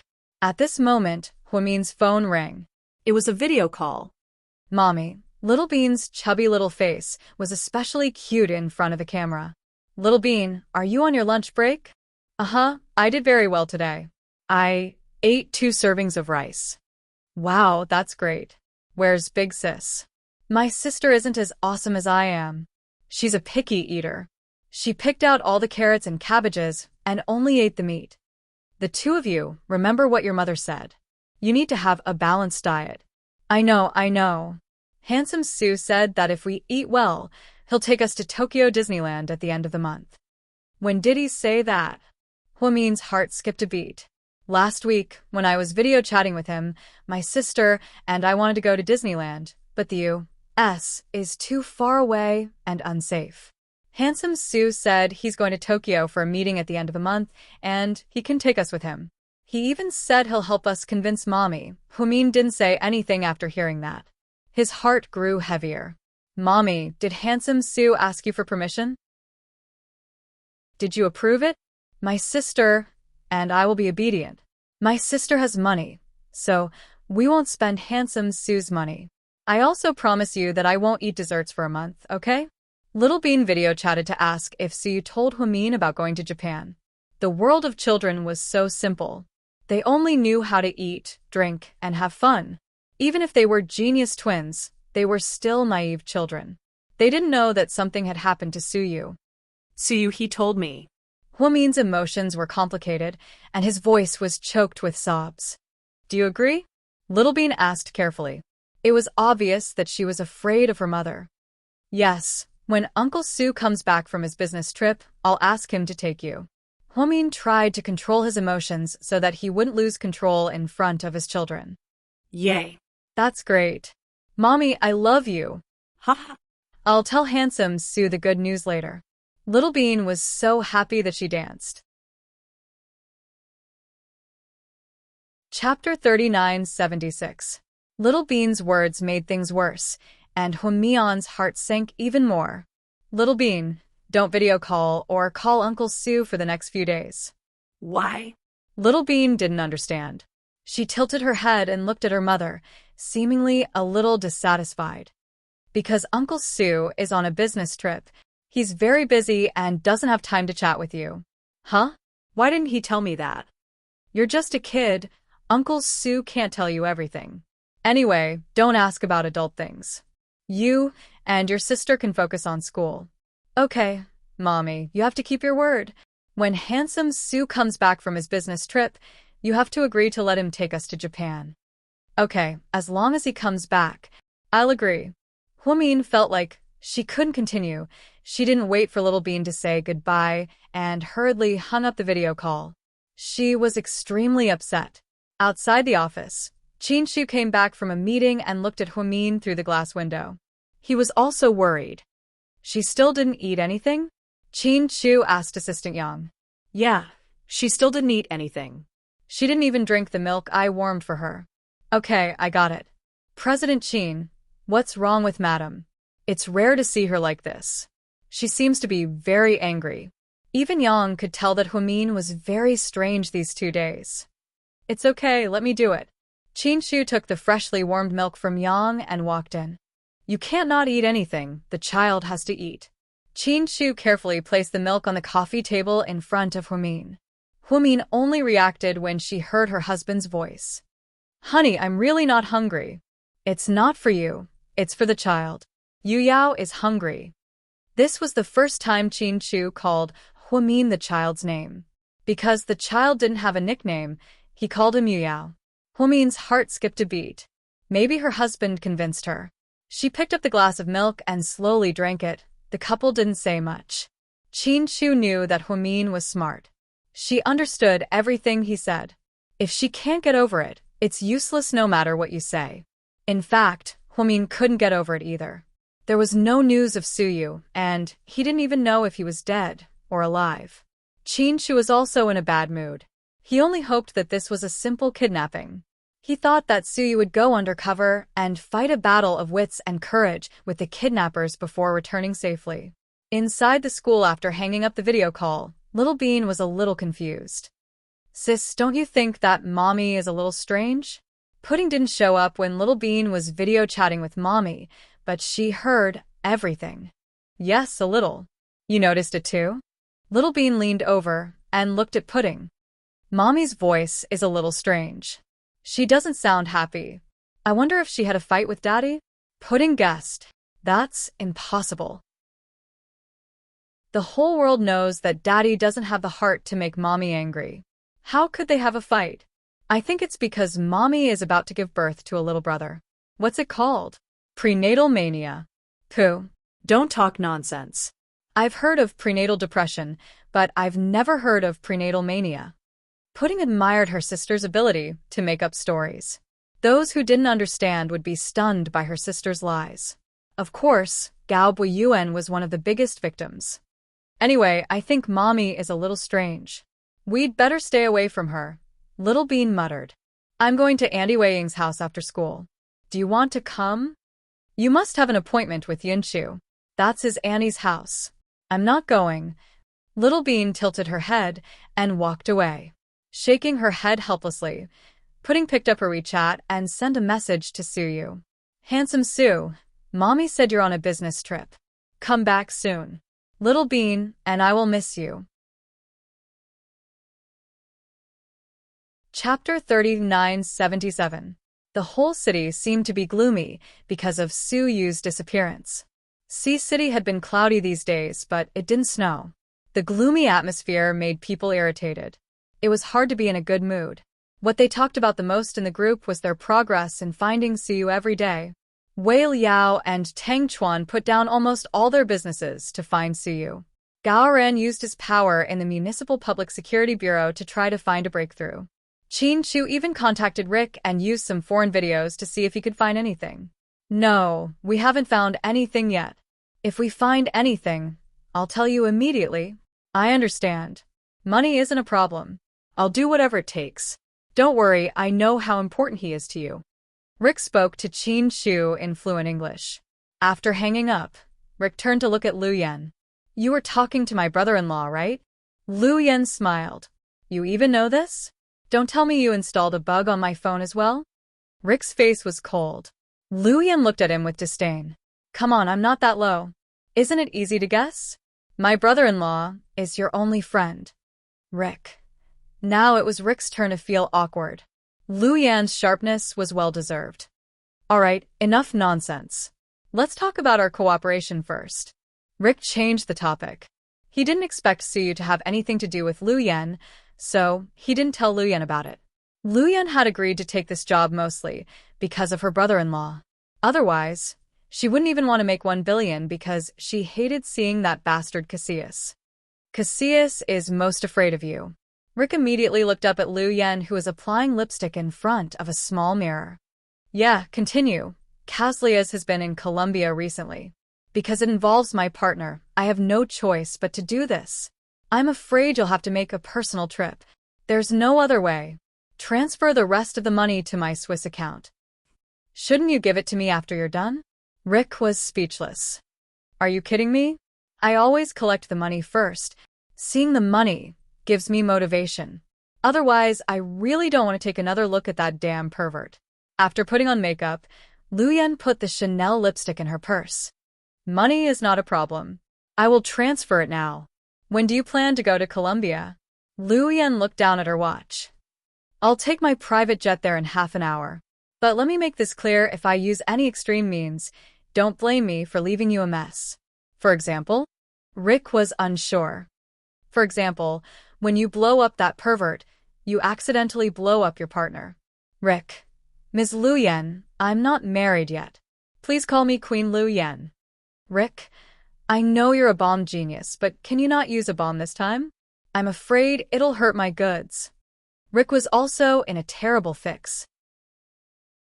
If it weren't for the fact that he couldn't transport the goods back safely, he really didn't want to deal with Lu Yan. Lu Yan was really difficult to get along with. Rick suddenly felt that his wife, Cece, was really gentle and virtuous. She was the role model of a typical Chinese woman. Anyone who accidentally fell in love with Lu Yan would have to worry about her. Are you cursing me in your mind? Seeing Rick's silence, Lu Yan guessed that he had a lot going on in his mind. Ahem. No. It's okay. Go ahead and curse me. I don't mind. But if you continue to talk to me and delay my dinner, I might have to pay you $100 million more. Rick, I really don't think you should be a mercenary. You should be a bandit, Rick commented on Lu Yan. Chapter 3978. Even if I want to be a bandit, I want to be a bandit who loves scientific research and culture. Rick was speechless at Lu Yan's words. Rick had thought Lu Yan said she would take off in half an hour because she needed to prepare. What was there to do? But she actually used half an hour to eat dinner. When Lu Yan was pretentious, she was very picky about the recipes and even had to check the ingredients herself. But if she suddenly wanted to eat something, it would be difficult for the chef. The two of them met in Rick's territory, New Orleans, America. The meeting place was one of Rick's manors in New Orleans. Although there were many chefs, most of them were foreigners. So when Lu Yan ordered a plate of Yangzhou fried rice, the foreigners standing in a row were dumbfounded. Mr. Rick, Miss Lu Yan said she wanted egg fried rice, but our chefs are limited, his subordinate reported. So Miss Lu Yan said that if she doesn't see Yangzhou fried rice in half an hour, she might be in a bad mood. If she's in a bad mood, she might not be able to go to Colombia. She's the most troublesome. Rick was speechless. So what should we do now? It takes 40 minutes to drive back and forth to the nearest Chinese restaurant, so I suggest you call the chef who cooks for Madam. Rick was enlightened. Why didn't he think of this? He was so busy that he didn't know what to do. When Cece was here, she wasn't used to Western food. Especially after she got pregnant, she missed the food from her hometown. Rick worked hard to find a mother who is studying here with her child to be a chef. Although the auntie's cooking wasn't at the level of a chef, her home-cooked dishes made Cece miss her hometown. She had been using her very well. Is Annie Cui here? Rick asked his subordinate. Yeah, she's in Madam's mansion. Ask her to come over and cook for Ancestor Lu. Rick had no other choice. If he had any other choice, he wouldn't have gone along with Lu Yan. Lu Yan wasn't being pretentious. Her subordinates all knew that their boss's taste was changeable. One day, she might want to eat roasted sweet potatoes. The next day, she might want to eat spaghetti. When she was flying, she had to bring 2 chefs with her on her private plane. There were both Chinese and Western food. Therefore, Xiao Fei was quite lucky to be able to travel with her all the time. 15 minutes later, Cece's personal cook, Annie Cui, carefully brought over a bowl of steaming hot egg fried rice. Miss, this is cooked by me. It may not be that delicious, and I don't have enough ingredients. I heard that you have a flight to catch, so I made a simple egg fried rice, not Yangzhou fried rice. You can try it. Annie Cui didn't know Lu Yan's identity and thought she was just a rich Chinese girl. But his friendly attitude made Lu Yan feel comfortable. Auntie, you've worked hard. Have a seat, I'll try it. With a smile, Lu Yan pulled the plate over and scooped a small spoonful into her mouth, chewing carefully. Then he nodded and gobbled up the entire plate of fried rice. Auntie, where did you buy these eggs? Lu Yan asked. I didn't buy them. Mr. Rick's wife's family brought them over from China. They're all eggs laid by the stupid chickens at home. They don't have any feed. They're very natural. No wonder it smells so good. Thank you for your hard work, Auntie. When Lu Yan was polite, she looked like a scholar. You're welcome. As long as you like it. Lu Yan elegantly took out a tissue and wiped the corners of her mouth. Then, she left a stack of things in front of Auntie Cui. She was shockingly fast. By the time Auntie Cui saw it clearly, Lu Yan was already far away. Chapter 3979. No one saw when Lu Yan took out the cash. Auntie Cui had a stack of US dollars in her hand. It wasn't very thick, but there were at least 50 US dollars. They were all 100 US dollars. In total, 50 US dollars was more than 5,000 US dollars. If converted to RMB, it would be around 30,000 yuan. Auntie Cui was a working-class woman. Her husband cheated on her and divorced her, so it was hard for her to raise her daughter. Her daughter came to the US with a scholarship, but she still had to sell her old house in China. So, she didn't have much money to live here. Fortunately, Rick treated her well. Ever since she came here to cook for Cece. In a month, Rick gave her 3,000 US dollars, which was close to 20,000 renminbi. That was a month's salary. She was very grateful. Cece was a good person. She wasn't picky and would often give her and her daughter gifts. She was already very satisfied. Now, she only made a simple egg fried rice, and this rich beauty in front of her gave her a tip of more than 5,000 renminbi. This level of extravagance left her flabbergasted. She didn't even dare to take it. Instead, she took the money and prepared to give it to her employer. Rick glanced at it calmly. He wasn't surprised. He had heard that Lu Yan spent money like water. Auntie Cui, take it. This is nothing. It's the ancestors' money. You won't be able to spend it all in a few lifetimes. Rick was right. Lu Yan had a shocking amount of money. Poverty really limited one's imagination. It was said that Lu Yan spent the most money on her 18th birthday. She bought herself a newly built building. It was said that it cost 10 billion renminbi. Lu Yan bought it for 2 billion renminbi. However, after she bought it, it was blown to pieces in less than an hour. When outsiders asked, she just calmly said that she wanted to test the explosive power of the newly developed bomb. Many people in the mercenary world talked about this. Lu Yan, the living god of wealth, was also an idol and legend in the mercenary world. After dinner, Lu Yan took a private plane to Colombia. She helped Rick transport the goods, and Xiao Fei went to the Golden Triangle. It was said that someone saw Xiao Nan there. Ever since Xiao Nan disappeared, Xiao Fei's father was anxious and wanted to find Xiao Nan. But Xiao Fei didn't know that Xiao Nan didn't dare to come back or show up because he was afraid of being killed by Lu Yan. So, he hid in the Golden Triangle like a coward. At this very moment, Yunnan, in the depths of a primeval forest under the cover of the dense trees, a group of wooden bamboo buildings were hidden here. Is Suyu awake? The woman asked. He just woke up. His consciousness isn't very clear yet. Oh, is that so? Then I'll go and see him in such a sorry state. The woman smiled and stood up with a bottle of red wine in her hand. After passing through a long bamboo forest, the woman came to a heavily guarded wooden house. The wooden house had no windows, only a door. It was very small, like a dog's hole. When the guard saw the woman, he bowed respectfully. The woman did not look at them. Instead, she pushed open the door and bent down to enter the small wooden house. At this time, Su had just woken up, and his head was still throbbing with pain. President Su, we meet again. It's been more than 5 years. I really missed you. Every night, I would dream of you and dream of our reunion. Hearing the woman's voice, Su slowly raised his head. He seemed to be unsure of what he had seen. You're not sure? Then I'll help you wake up. With a smile, the woman pulled out the cork from the wine bottle and poured all the red wine on Suyu's head, drenching him from top to bottom. Zhao Qingya, I haven't seen you in a few years. You're getting better and better. What's wrong? Didn't you have enough prison food?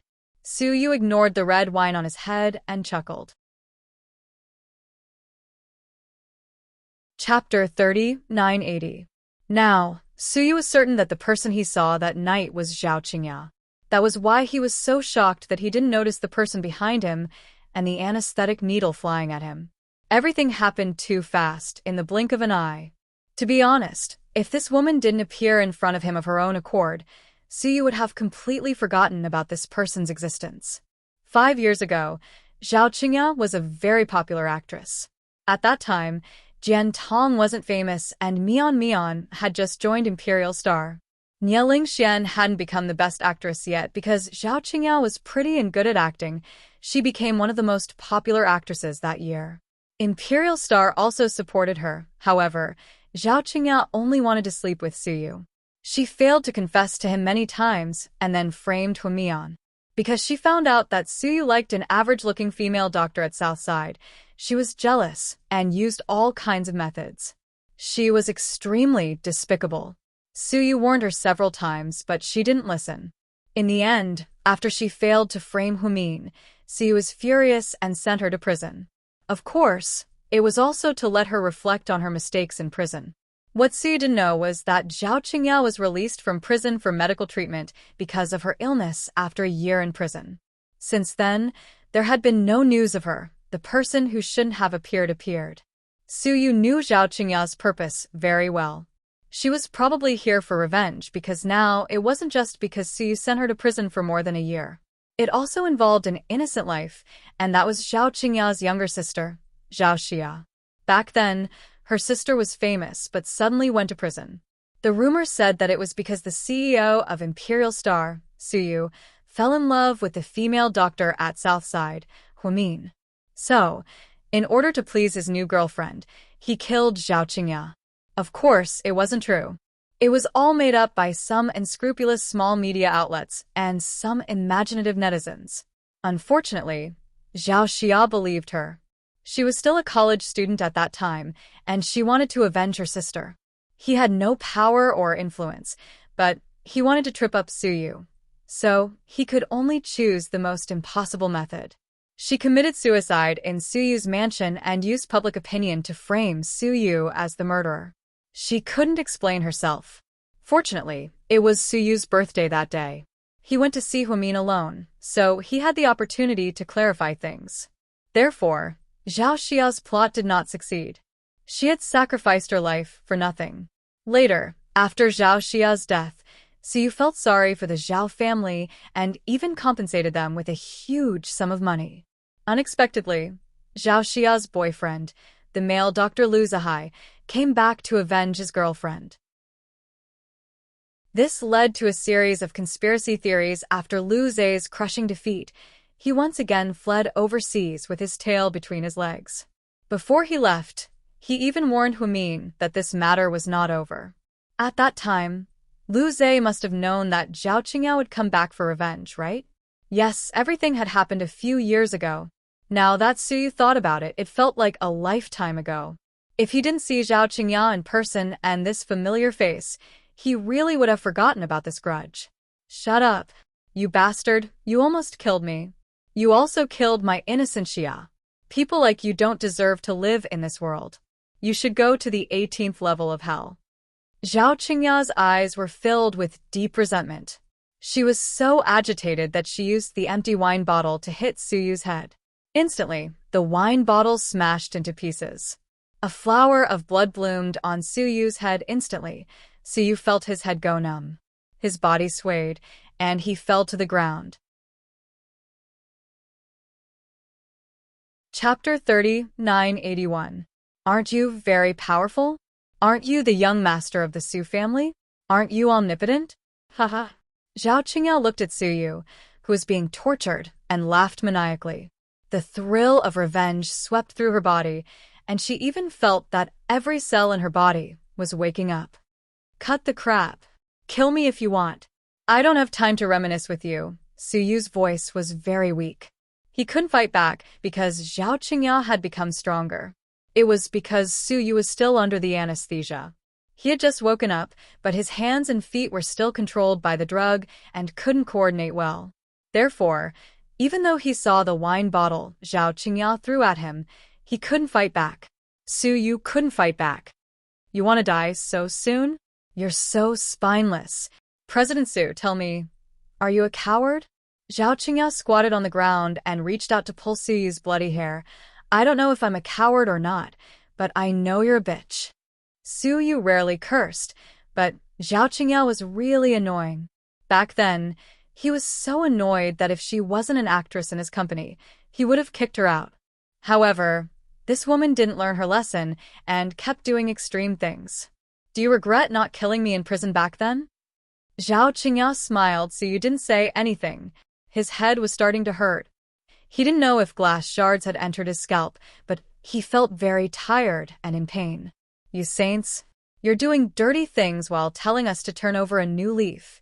Why do you have to give yourself the reputation of being a good person? Why?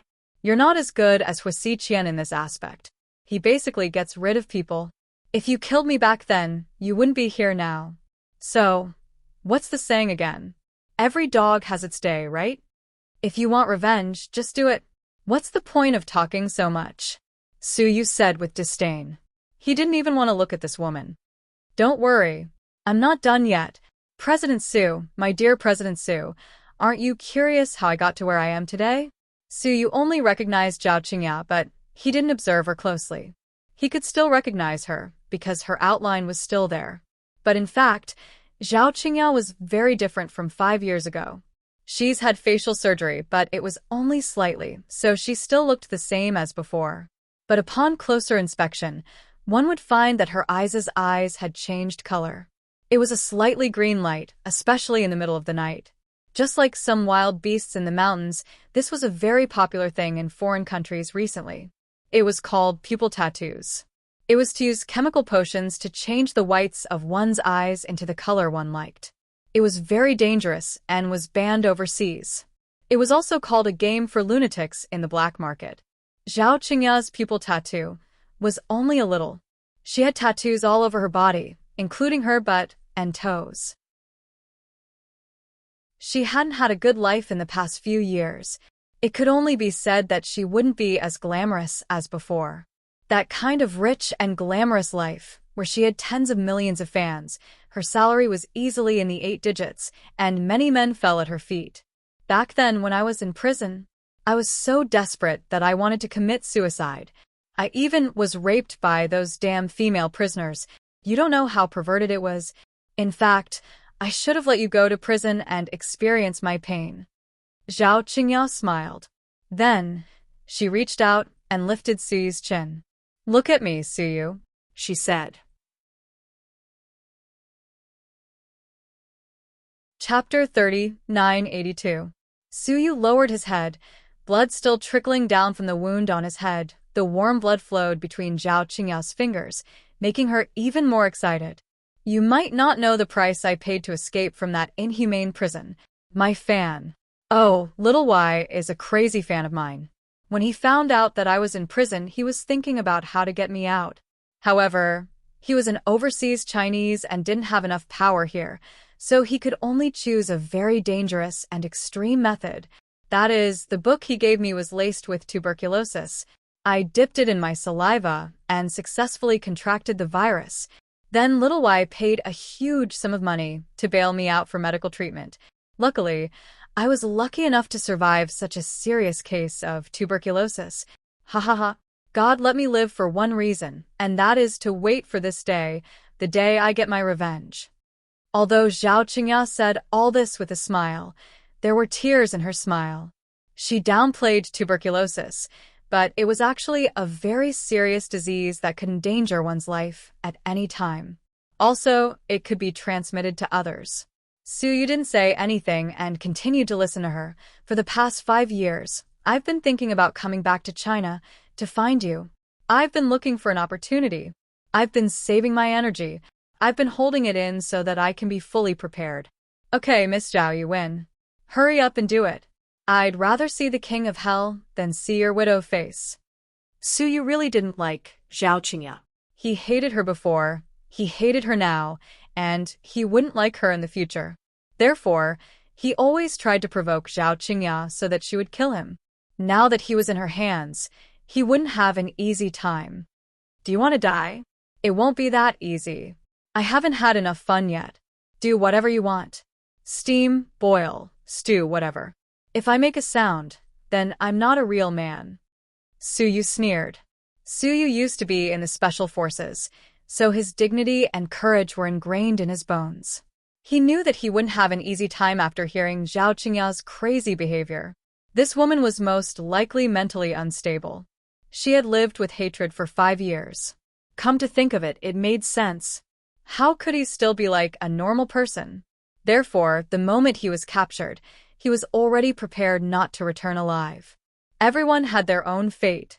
He was indeed soft-hearted and didn't eliminate the source of the problem, which led to Zhao Qingya coming back for revenge. In the unseen world, everything was fated.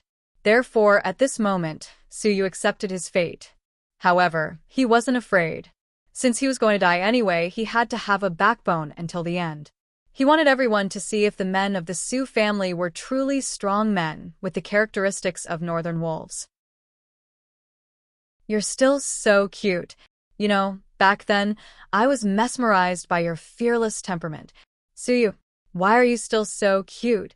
If it wasn't for all that happened between us, I really want to become your wife and fly together with you. Don't disgust me. I won't marry a whore. Suyu sneered, and then a drop of blood flowed down from his forehead. At this moment, his handsome face had an indescribable sense of beauty. Ha ha ha, but you're going to die in the hands of a whore. Suyu, tell me, isn't this karma for you? Zhao Qingya seemed to be very proud. She knew that Suyu was powerless now. He was like an ant that she could crush at any time. So be it. I'll be a man again in 18 years. To be honest, Suyu was never afraid of death. He wasn't afraid when he was in the army, and he wasn't afraid now. I know you're not afraid. That's why I won't let you die. But do you think if I let Huamin come here to accompany you, would you be happier? Zhao Qingya smiled sinisterly. When Suyu heard Huamin's name, his heart suddenly trembled. Indeed, she had hit his sore spot. The whole world knew that Huamin was Suyu's weakness. It had always been so for 5 years. Chapter 3983. Zhao Qingya, I'm warning you. If you dare to touch Mian, I won't let you off even if I become a ghost. Suyu didn't shout or get agitated. He only said these words calmly. However, his words were very intimidating. It was because he could still speak calmly under such an atmosphere that it showed how much restraint he had. As expected, you're still as despicable as ever, Suyu. Zhao Qingya's eyes curved into slits as she smiled. She seemed to have expected Suyu's reaction. In the past 5 years, he had never left Huamin. He used his good friend to protect her. As long as something happened to Huamin, other than Qin Chu, Suyu was always the first to arrive. Back when Zhao Qingya was overseas, she received information about Suyu and Huamin. She was so jealous that she almost went crazy. The information was very clear. In order to save Huamin, Suyu pointed a gun at his temple and threatened his grandfather to save him. In order to protect Huamin, Suyu let her stay with the Su family for an entire year while she was pregnant. When Huamin went into labor, Suyu was the one who stayed with her from the beginning to the end. During the 4 years that Qin Chu was recuperating in the United States, Suyu took care of the twins and Huamin. Suyu always helped to organize Huamin's birthday celebration. It was even grander than Imperial Star's anniversary celebration. In the past 5 years, Suyu had been involved in many scandals, but there was no one by his side. He played the role of a knight from the beginning to the end, protecting his princess. Even if his princess didn't have him in her heart, even if his princess and her husband got back together, even if his princess was pregnant with her second child, and the whole family was happy. Even if Suyu had been mocked by his friends for being a bachelor for the past 5 years, he didn't care anymore. For Huamin, he had already sacrificed a man's most precious youth and the most sincere heart. At first, Zhao Qingya thought that Suyu's pursuit of Huamin was just a spur of the moment and wouldn't last long. Even if he managed to get her, he would get tired of her after playing with her for a while. But he didn't. Many people were shocked when they found out about this. Everyone would think that you are actually this kind of Suyu. What playboy? What playboy? These were all just on the surface. Suyu's heart was as pure as a child's. He was as persistent as a madman. As expected, men value what they can't get the most. Huamin is also a powerful person. She has been keeping you in suspense for the past 5 years. She didn't agree to be with you, but she didn't reject you either. She used you as a spare tire. I'm afraid that if Qin Chu doesn't come back, you'll be her second choice. Zhao Qingya hated Huamin to the core. Her hatred was no less than her hatred for Suyu. Mian has never been like that. Don't slander her. Huamin's rejection of Suyu is very clear. She never gave him any hope. The person involved knew this best. Forget it. Do you think Huamin is really a goddess? She's just a scheming bitch like me. To think that you've always treated her like a treasure. She's so powerful. She's playing with the 2 most outstanding men in the world. They risked their lives for her. Now that she's pregnant with her second child, she's still talking about it everywhere. Does she meet you in private often? Zhao Qingya, watch your mouth. Suyu was angry because Huamin was demonized by Zhao Qingya. What? I only scolded her a few times and your heart aches? You can't take it anymore. If I catch Huamin and torture her in front of you, will you go crazy? Zhao Qingya smiled smugly. You can't catch her. You don't have the ability. So you thought Huamin's protection was top-notch. Other than Qin Chu's men, his men, and Lu Yan's men were secretly protecting Huamin. It would be harder than reaching the sky to touch Huamin. Suyu, let's do a fun experiment. Let's see if the woman you've sacrificed everything for is worth it. Zhao Qingya took out her cell phone and dialed a number. Suyu suddenly had a bad feeling. Chapter 3984. When Huamin received Zhao Qingya's call, she happened to be in the bathroom of the master bedroom of South Hill Manor. She had prepared a lot of new clothes for the second child, but baby things definitely couldn't be washed in a washing machine. Therefore, she secretly washed the clothes with her hands behind Qin Chu's back and tried to be a competent mother. Of course, Huamin was also absent-minded when she washed the clothes. She vaguely remembered that not long ago, Suyu said that when the kid was born, he would give him a Lamborghini. At that time, Huamin said that it was useless to buy a Lamborghini at such a young age. It was more useful to buy a model. Now that she thought about it, Huamin regretted not having a good chat with Suyu. Now that she didn't know where he was and whether he was dead or alive, her mood fell to the bottom again when her phone rang. She glanced at the caller ID and hesitated for a moment. Because there was no caller ID, the caller ID was empty. This was a very strange thing in itself. If it was in the past, Huamin might have treated it as a scammer and ignored it. But it was different now. She wouldn't let go of any call because she had a feeling that there might be some clues about Suyu's matter. As expected, perhaps it was because of her telepathy, Huamin quickly wiped her hands that were covered in foam. Then, she picked up the phone and said in a low voice, "Hello, Dr. Hu." It was a woman's voice on the other end. "You are? Do you want to hear Suyu's voice?" Her voice was filled with mockery and contempt. Hearing Suyu's name, Huamin's heart skipped a beat. Who are you?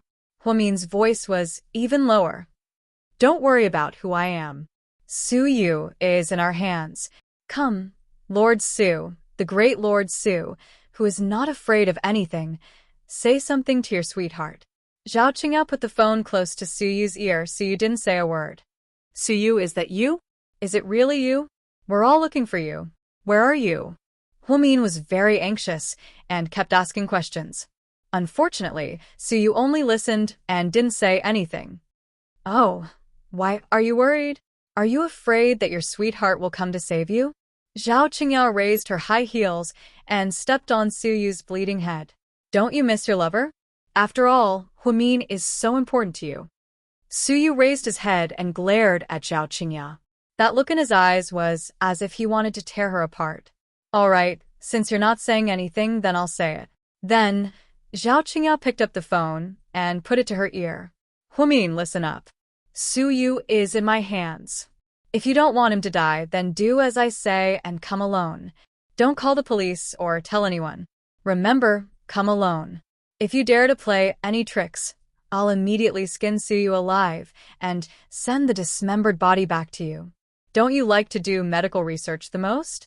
You can take his body to Southside as a human specimen. Haha. Zhao Qingya had really gone crazy when she was talking to Huamin. She also went crazy. From asking Huamin to come alone to dismember Su Yu and turn him into a human specimen. Huamin was about to cry when he heard this. Don't hurt Su Yu. I'm willing to do anything. Yes, Huamin only said one sentence. He said it very calmly. Ah, you're indeed loyal. Su Yu didn't love you for nothing. Su Yu, listen, your sweetheart said. Don't hurt Su Yu. I'm willing to do anything. Zhao Qingya imitated Huamin's tone and finally provoked Su Yu. Zhao Qingya, fuck your ancestors, Su Yu cursed with bloodshot eyes. On the other end of the phone, Huamian finally confirmed that Su Yu was indeed in this person's hands. Wait, what name did she hear Su Yu say? Zhao Qingya. Chapter 30, 985. Before Huamin could react, Zhao Qingya took over the phone and continued speaking. Huamin, don't try to play any tricks. If you dare to talk to anyone else, or inform your friends, or get your invincible sister, So you'll be dead. don't play any tricks. If I can capture Su Yu so easily, I naturally have a way to know your whereabouts. Then how do I contact you, and how do I go to the place you mentioned? Huamin asked hurriedly. I'll call you again. Anyway, don't worry. I know when it's convenient for you to pick up the phone. Then, Zhao Qingya hung up. Huamin's heart turned cold. Zhao Qingya's last sentence was to know when it was convenient for her to pick up the phone. Did this mean that he was already under her surveillance? Thinking about it, it had been a day. She only received calls when she was in the bathroom. She didn't receive any calls when she was with Qin Chu. He was going to look into Zhao Qingya's background, but this woman didn't seem to be simple. In order not to let Su Yu get hurt, Huamin didn't dare to act rashly.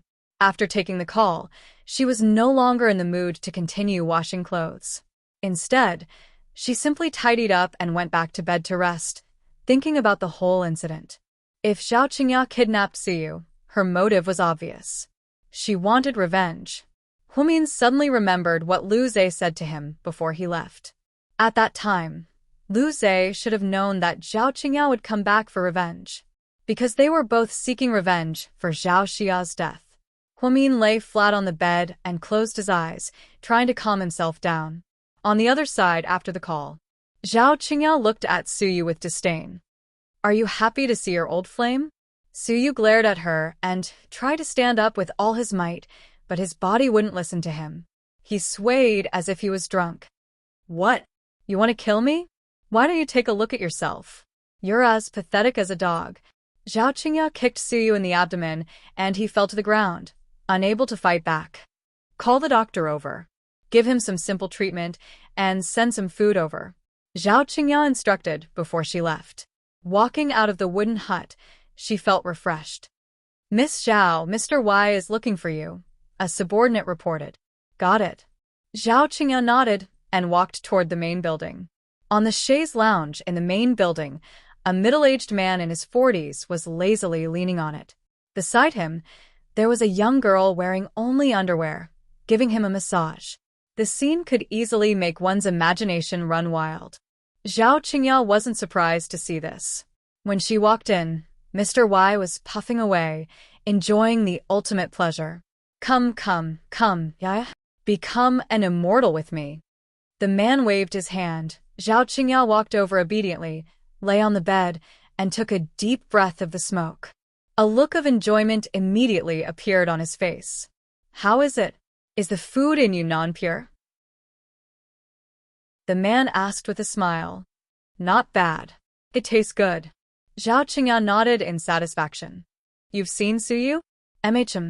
How is he? As pathetic as a dog. We can do whatever we want to him. Did you call him? Yes. Huamin agreed? Yes. Very good. I'm actually curious why Master wants Huamin to come. Is Master interested in that bastard Huamin too? Zhao Qingya was curious. Master's business is none of our business. Just do your job well. When can Huamin get here? I think within 3 days. Zhao Qingya was smug as she began to plot against Huimin. Chapter 3986. That night, Qin Shu practiced piano with the twins for a while downstairs. Mr. Qin had been spoiling them more and more lately. It seemed like he had even put work behind him. GK hadn't worked overtime for a long time. Even the employees said that the president was becoming more and more humane. The truth was, Qin Shu just wanted to spend more time with his wife, kids, and family. Career, money, power. All of these were endless. Only family was the most important. Of course, the older one got, the more they understood this. Huimin walked downstairs with a heavy heart and saw this heartwarming scene. Pudding was sitting on a high chair beside the piano with a microphone in her hand. Little Bean was sitting in Qin Shu's arms, playing the piano with her chubby fingers. The song she was playing was Huimin's favorite nursery rhyme. Little Sunday, Little Bean played the piano, while Pudding sang. It was a perfect match. Huimin saw from afar that Mr. Qin lowered his head, with a happy smile on his face. She didn't have the heart to interrupt such a heartwarming scene. His grandparents were recording a short video. Huimin knew that ever since his in-laws became addicted to WeChat, they often posted on their WeChat moments. 9 out of 10 WeChat moments were about the twins. After the song ended, Pudding looked up and saw her mommy standing on the second floor. "Mommy," she called out with a smile. Little Bean immediately turned her head and acted cute. "Mommy, did you hear that? How did my sister and I work together?" Huimin walked downstairs with a smile. "It was great." "Really?" Little Bean looked like she didn't believe him. "Really? You and your sister did really well. I think you guys can talk to your daddy and perform at our company's annual party at the end of the year." Little Bean rubbed her head against Qin Shu's chin like a spoiled child. "Comrade Qin, what do you think of Dr. Hua's suggestion?" "Comrade Qin, I think it's a great suggestion." Qin Shu's face was full of love. "Daddy, how much should we pay for our appearance?" Little Bean asked wittily. "There's an appearance fee?" Qin Shu laughed involuntarily. "Of course, but since you're our daddy, we can make it cheaper. Isn't that right, sister?" When Little Bean was in a good mood, she would be very polite and call her sister. If he was angry, he would just call her Qin Zhao Zhao.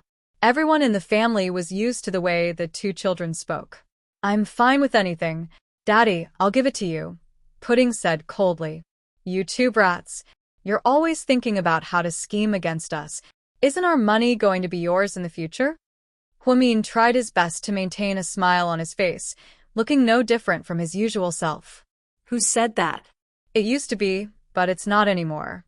After Qin Guogua came out, all the money is his. We should take as much as we can." Little Bean pouted. Huimin didn't know whether to laugh or cry when he heard Qin Guogua.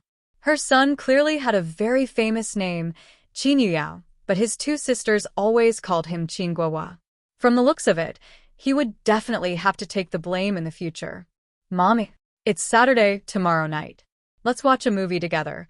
"Oh, are there any good movies coming out recently?" Huimin hadn't paid attention to these things for a long time, so she only asked when Pudding brought it up. "Yeah, I heard that Disney released a really good animation." Before Pudding could finish, Little Bean interrupted her. "Yeah, it's called Dream Chaser. I heard it's very good. The English teacher recommended it to our class the other day. Disney animation? Of course we have to watch it, but, honey, are you free tomorrow? If you're not, I'll take them." Before Huimin could finish, Mr. Qin immediately answered. "I'm free. But don't you have a lunch appointment with a client tomorrow afternoon?" Huimin asked with a smile.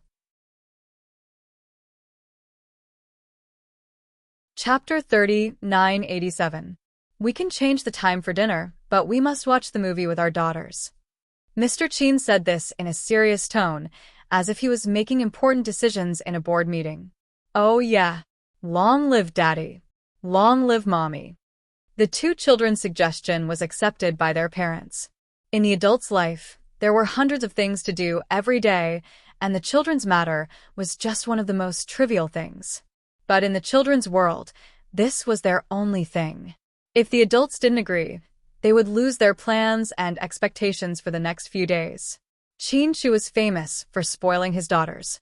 He had never scolded them, even if they made mistakes. Humin was more strict. If Mr. Chin played the good cop, she could only play the bad cop. Therefore, she was stricter with the twins. But that didn't stop them from loving their mother. Huh? I'm a bit hungry. I'll ask Grandma Wu to make some food. Little Bean said, and jumped down from her daddy's lap. The Grandma Wu she mentioned was the cook at South Hill Manor. She was the head chef and had 2 assistants. It's late. Grandma Wu is going to bed. What do you want to eat? Mommy will make it for you. Humin stopped Little Bean and picked her up. Frightened, Mrs. Chin ran over from the sofa and carried Little Bean down. Little Bean, you can't let Mommy carry you. Mommy has a little brother in her belly. I know, Grandma. I didn't let Mommy carry me. Mommy carried me first. Little Bean looked wronged. Humin pinched Little Bean's face lovingly and walked over to pat Pudding's head. Mommy is free tonight. You two can order whatever you want to eat. Little Bean tilted her head and thought for a moment before saying, Mommy, I want to eat your radish meatball soup. Yes, yes, yes. I want to eat egg pancakes too, Little Bean added. No problem. I'll make it now. You two wait here with Daddy. Honey, I'll help you. Chin-Chu got up to follow Humin to the kitchen, but she pushed him out. I really don't need you. It's very simple. Hubby, just wait for me. I'll make more for Mom and Dad to eat. After that, Humin went into the kitchen alone. Mommy seems to be in a good mood tonight. She actually made us supper. Little Bean knew that radish meatball soup wasn't easy to make. Mommy hadn't made it for a long time. Yeah, Mommy looks a little different tonight. Pudding seemed to have sensed something as well. Maybe she just wants to do something for us. Chin-Chu guessed. After supper, Mama Chin and Mr. Chin took the 2 kids to the hot spring at the back of the house. They wanted to give the kids some time to digest their food. Chin-Chu saw that Humin's feet were a little swollen, so he let her sit on the big bed in the bedroom and gave her a massage. Mion, you seem to have something on your mind tonight. No. I'm very happy tonight. I like to spend time with my family like this. Is there really nothing? Chin-Chu obviously didn't believe her. After being together for so long, he could see some subtle changes. Humin hugged Mr. Chin's head and began to act cute. Honey, I'm actually a little ashamed. I've been busy at the hospital for the past few years and haven't really spent much time with you and the kids. Do you blame me? What are you talking about, silly? When have I ever blamed you? Mr. Chin's tone was very gentle. What if I have less and less time with you guys in the future? Humin asked tentatively. Why does it sound like a farewell speech? Mr. Chin frowned slightly. Chapter 3988. Of course not. Humin smiled and didn't say anything else. By the time the couple went to bed, it was already very late. Chin-Chu turned off the bedside lamp and realized that Humin had already turned her face away. With her back to him, under normal circumstances, Humin wouldn't turn her back to him unless she was angry, in a bad mood, or asleep. He knew that Humin was in a bad mood. Chin-Chu gently hugged Humin from behind, giving her some warmth. Honey, my belly is big now, and I'm tired of sleeping on one side. So tonight I'm going to lie here. You won't be mad, right? Humin's voice was very quiet, and Chin-Chu couldn't tell what she was feeling. I won't. You can lie down however you feel comfortable. Chin-Chu didn't expose his wife, and the two fell into silence. After another 5 minutes, Chin-Chu stood behind her and said softly, Mion, I promise you that I'll do everything I can to find Suyu. We'll find him. Humin only responded with a simple but she had mixed feelings. So many things had happened between her and Mr. Chin, and they finally had a happy family. She really didn't want any more misunderstandings between them. Last time, when she was kidnapped by Horsiqian and taken to a deserted island, Chin-Chu almost died. Humin had been holding a grudge against him for a long time. If she left without saying anything this time, and most likely didn't come back alive, then what would her husband do? What would her twin daughters do? Humin fell into the most difficult and painful moment in her life. She had to save Suyu. But she didn't want to lose her husband and children. So, she had to take a risk and save Suyu safely. She had to escape unscathed. But that didn't seem possible. Huamin went into the tiger's den alone and was already in grave danger. It was a joke to think that he could protect her and Suyu. After all, she wasn't Lu Yan. She was just an ordinary person without any cheats. But Huamin still didn't say anything. The next morning, after the couple had breakfast, they went to the company together and brought the children along. Mrs. Qin had promised the twins that they would watch a movie at noon, and she dressed her granddaughters very nicely. Inside, they wore white sweaters with strawberries. Outside, they wore a half-length red cloak, like a little queen. Qin Chu's office was bustling with activity. Assistant Yang made 3 cups of hot milk and gave 3 to the twins and Huamin. After drinking the milk, she says, "Hubby, I'm going to the restaurant to take a look. I'll make something for us to eat first, and then we'll eat earlier. After eating, we can go to the movies. I bought tickets to the VIP theater at 12:40 p.m. Okay, be careful." Since Huamin didn't leave the building, Qin Chu wasn't that worried. But even when she went to the restaurant, Huamin was still followed by 2 tall bodyguards. They were with her at all times. Even when she went to the ladies' room, there were female bodyguards with her. It was obvious how careful Qin Chu was to protect her and the kids. After entering the restaurant, Huamin turned around and said, "I'll go over there and tell them. You can sit here." "Okay, madam." The restaurant was very clear, so the bodyguards didn't think much of it. After sending the bodyguards away, Huamin walked slowly to the kitchen. "Madam." The chefs in the kitchen were very respectful when they saw Huamin. "Okay. Please prepare lunch for our family of 4 in advance. We're going out in a while." "Okay, madam. What do you want to eat?" the head chef asked respectfully. Just then, Huamin's phone rang. She raised her hand and gestured for them to be quiet. Then, she turned and walked into a small storage room in the kitchen. Those people were really good at picking the time. They knew it was convenient for her to answer the phone. "Hello?" Huamin lowered her voice. Chapter 30, 989. "Huamin, you must come to us in 3 days. Otherwise, Suyu will be dead." Zhao Qingyao's tone was extremely arrogant. "I want to talk to Suyu." "What right do you have? How would I know if he's already been killed by you? Anyway, I want you to find a way to let me talk to Suyu once a day. Otherwise, I won't agree to anything you say." Huamin's brain worked quickly. He immediately took the initiative and trapped Zhao Qingya. She remembered that Mr. Y had told her that the master wanted Huamin to go. Zhao Qingya didn't dare to hesitate and only said, "Okay, I'll let you talk now." A minute later, there was a faint panting sound. Huamin's heart ached when he heard it. "Suyu, are you okay?" Huamin asked anxiously. "Neon, please don't come." Suyu's body seemed very weak. His voice was weak and feeble. However, it couldn't stop his determination. He was rarely so cowardly. He was afraid that Huamin would die for him. He didn't care about his own life, but Huamin couldn't. He couldn't let Huamin die for him. "Suyu, don't be afraid. Hang in there. I'll definitely save you." "Don't come, please. Huamin, don't come."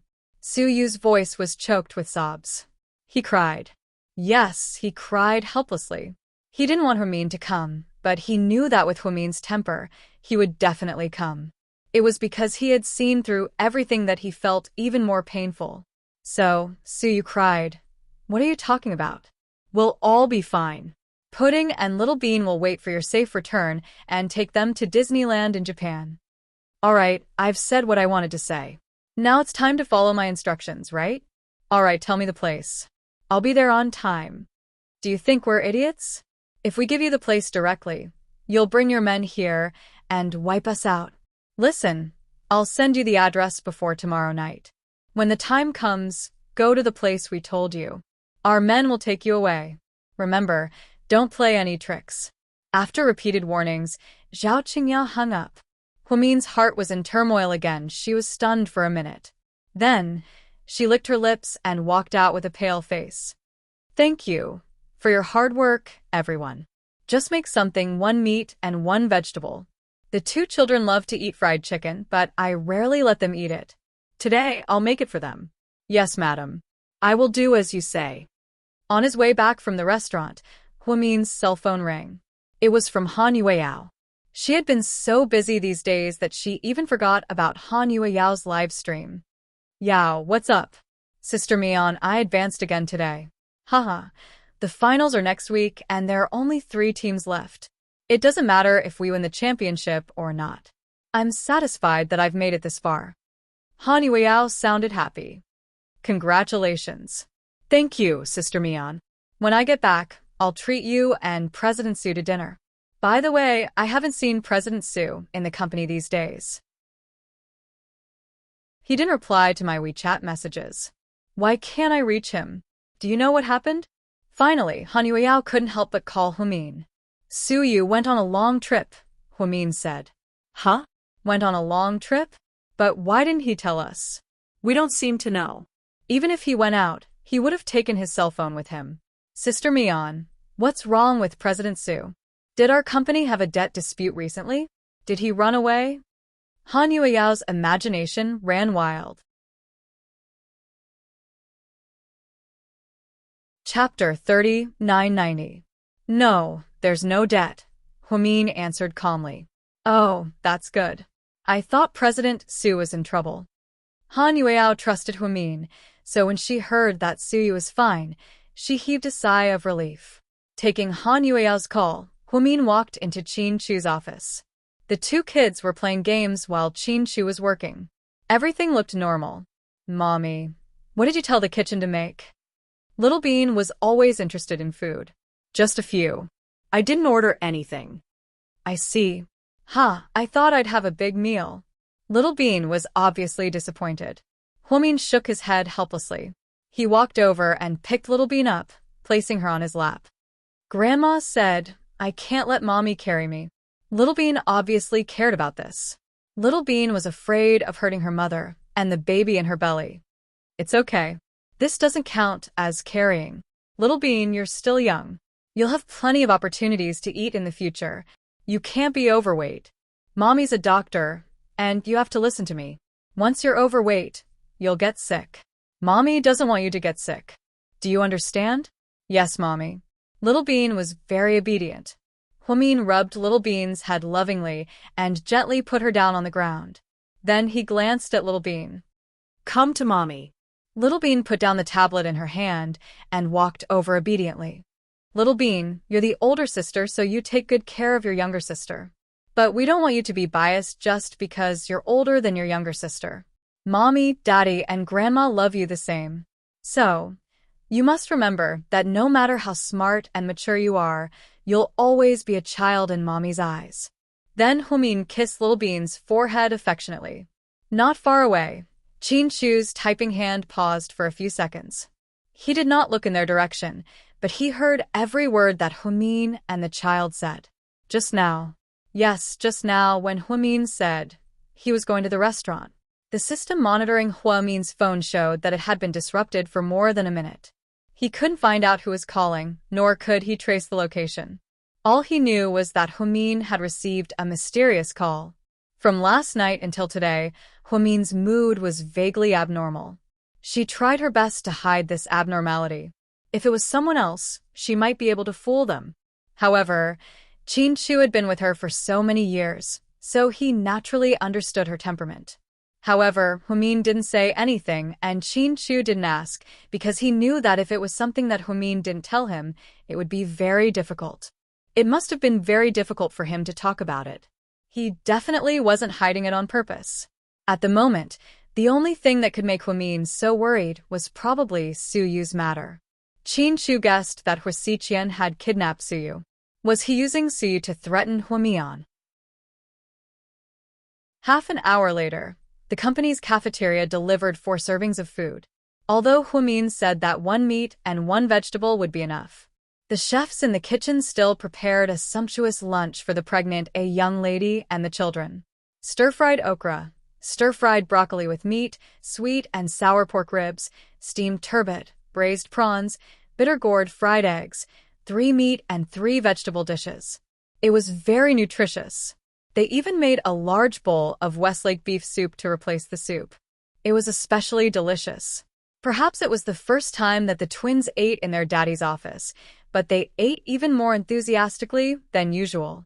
Qin and Humin sat beside the two children, constantly wiping their mouths and putting food on their plates. Mr. Qin barely ate as he peeled prawns for his daughter and wife. His hands were covered in grease, but as a clean freak, he didn't mind at all. "Daddy, our company's chef cooks really well. I want to come here more often, okay?" Little Bean asked. Chapter 30, 991. Okay, no problem. Qin smiled happily, knowing that Little Bean had always been a child who was easily satisfied with food. "Sis, what do you think?" Little Bean glanced at Pudding. "It's delicious, but it's not as good as Mommy's and Grandma's." Wow. "Qin Zhao, you're amazing. You actually learned my skill flattery, ha. Little Bean laughed so hard that she spat out rice. Pudding, Qin and Humin were also amused. It was the first time the family had lunch in the office, and they ate very harmoniously. After lunch, Qin drove the family of four to a nearby movie theater. There weren't many seats in the VIP theater. The family of four chose a seat in the middle. No. Before Little Bean could finish, Humin interrupted her. "You don't even know what I'm talking about." "Humph, that's not fair." Little Bean pouted. "I know. You want popcorn and Coke." Humin certainly knew his daughter. Little Bean nodded vigorously and continued to flatter. "Mommy, let's just buy a small bucket of popcorn for the four of us, okay?" Seeing that Humin didn't say anything, Little Bean looked at Qin again.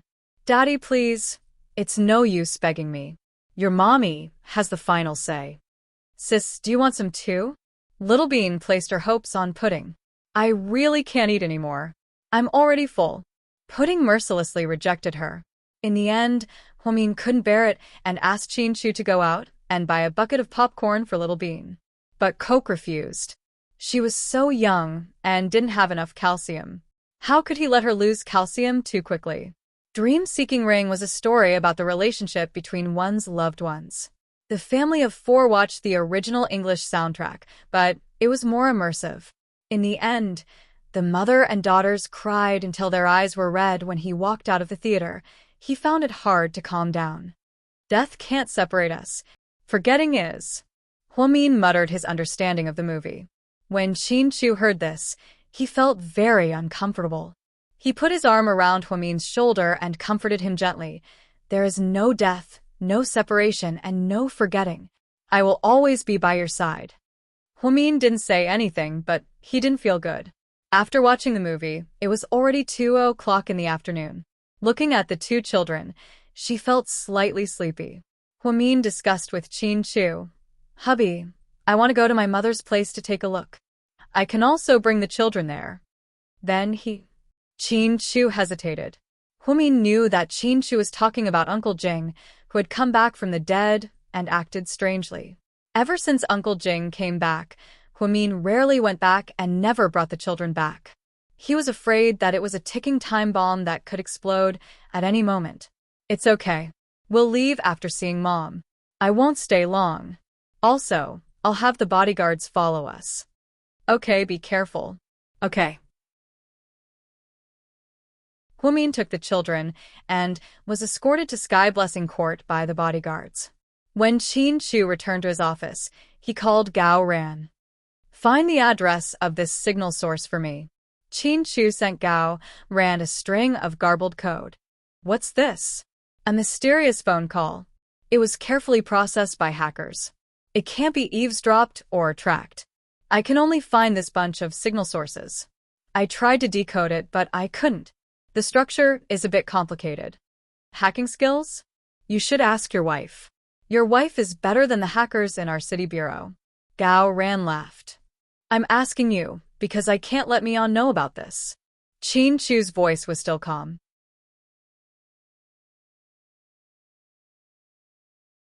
Chapter 30, 992. What the hell are you two doing? Are you kidding me? Gao Ran didn't quite understand. Qin loved his wife so much that he rarely hid things from her. But why? I'll tell you the details later. You can check it out first. Okay. After hanging up, Chin-Chu was still worried. After Suyu disappeared, the atmosphere seemed to have changed. Humin became a little distracted. Chin-Chu never doubted that Humin had any personal feelings for him. However, he knew that Humin was greatly indebted to the Su family. Suyu had done everything he could for Humin in the past few years. Humin was a person who didn't say it out loud, but he was very grateful. If Suyu's life was really in danger because of her, it would be a shackle for her for the rest of her life. What she needed to figure out now was who called Humin. On the other side, Humin brought the two children back to Sky Blessing Court. Yang Meirong hadn't seen the twins for a long time. She was very happy to see Humin bring the children back. She introduced them to Jingda. Jingda was also confused when he saw the children. Pudding, Little Bean, hurry up and call him Grandpa. This isn't my grandpa. I have a grandpa who's a great scientist. Little Bean was straightforward and directly exposed her grandpa. Little Bean, what nonsense are you talking about? Humin quickly walked over and grabbed Little Bean's shoulders. This child, what are you talking about? What scientist, Grandpa? Yang Meirong was also confused. Humin quickly tried to smooth things over and said with a smile, Mom, Little Bean is talking about the people in the movies. Last year, there was a Marvel movie called Doctor Strange, right? Little Bean likes that Grandpa very much, so she always calls him Grandpa Scientist because he has special powers and can cast spells. No, Little Bean was about to continue when Pudding covered her mouth and pulled her away. Sister, come, have a piece of chocolate. Pudding picked up a piece of chocolate from the fruit tray in the living room and stuffed it into Little Bean's mouth. Only then did she stop her little mouth. You haven't met them yet, have you? I was going to take you to South Hill Manor to see my two granddaughters after you got used to it. They're my precious babies. Pudding and Little Bean are twins. Our daughter, Mion, gave birth to them 4 years ago. They're really cute. Yang Meirong really loved her granddaughter, so she couldn't wait to introduce her to Jingda. Humin paid special attention to Jingda's subtle expression and found that Jingda seemed to have no feelings for the two children. However, she pretended to be very affectionate. Is that so? He's already so big. The child is so cute, just like his mother. We're prettier than Mommy, Little Bean protested. Stop talking and eat your chocolate. Pudding quickly covered her sister's mouth. My Little Bean, you're so sharp-tongued. You're amazing. Yang Meirong didn't mind and laughed. Jingda's smile was a bit forced and even guilty. Mom, come with me. I have some family matters to discuss with you. Did you have a fight with Chu? No. Come with me. Humin pulled his mother upstairs, leaving Jingda and the two children in the living room. Little Bean ate happily.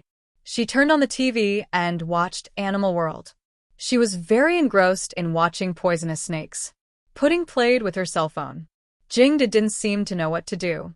He just sat on the sofa, his eyes dull. Pudding glanced at the man and said, Grandpa, didn't you die in a car accident? How come you're alive? Pudding had seen Jingda's picture in Sky Blessing Court before, and she knew that the picture was of Jingda's deceased master. However, it seemed that he was still alive. You're tuning in to the Dreamy Chapters YouTube channel.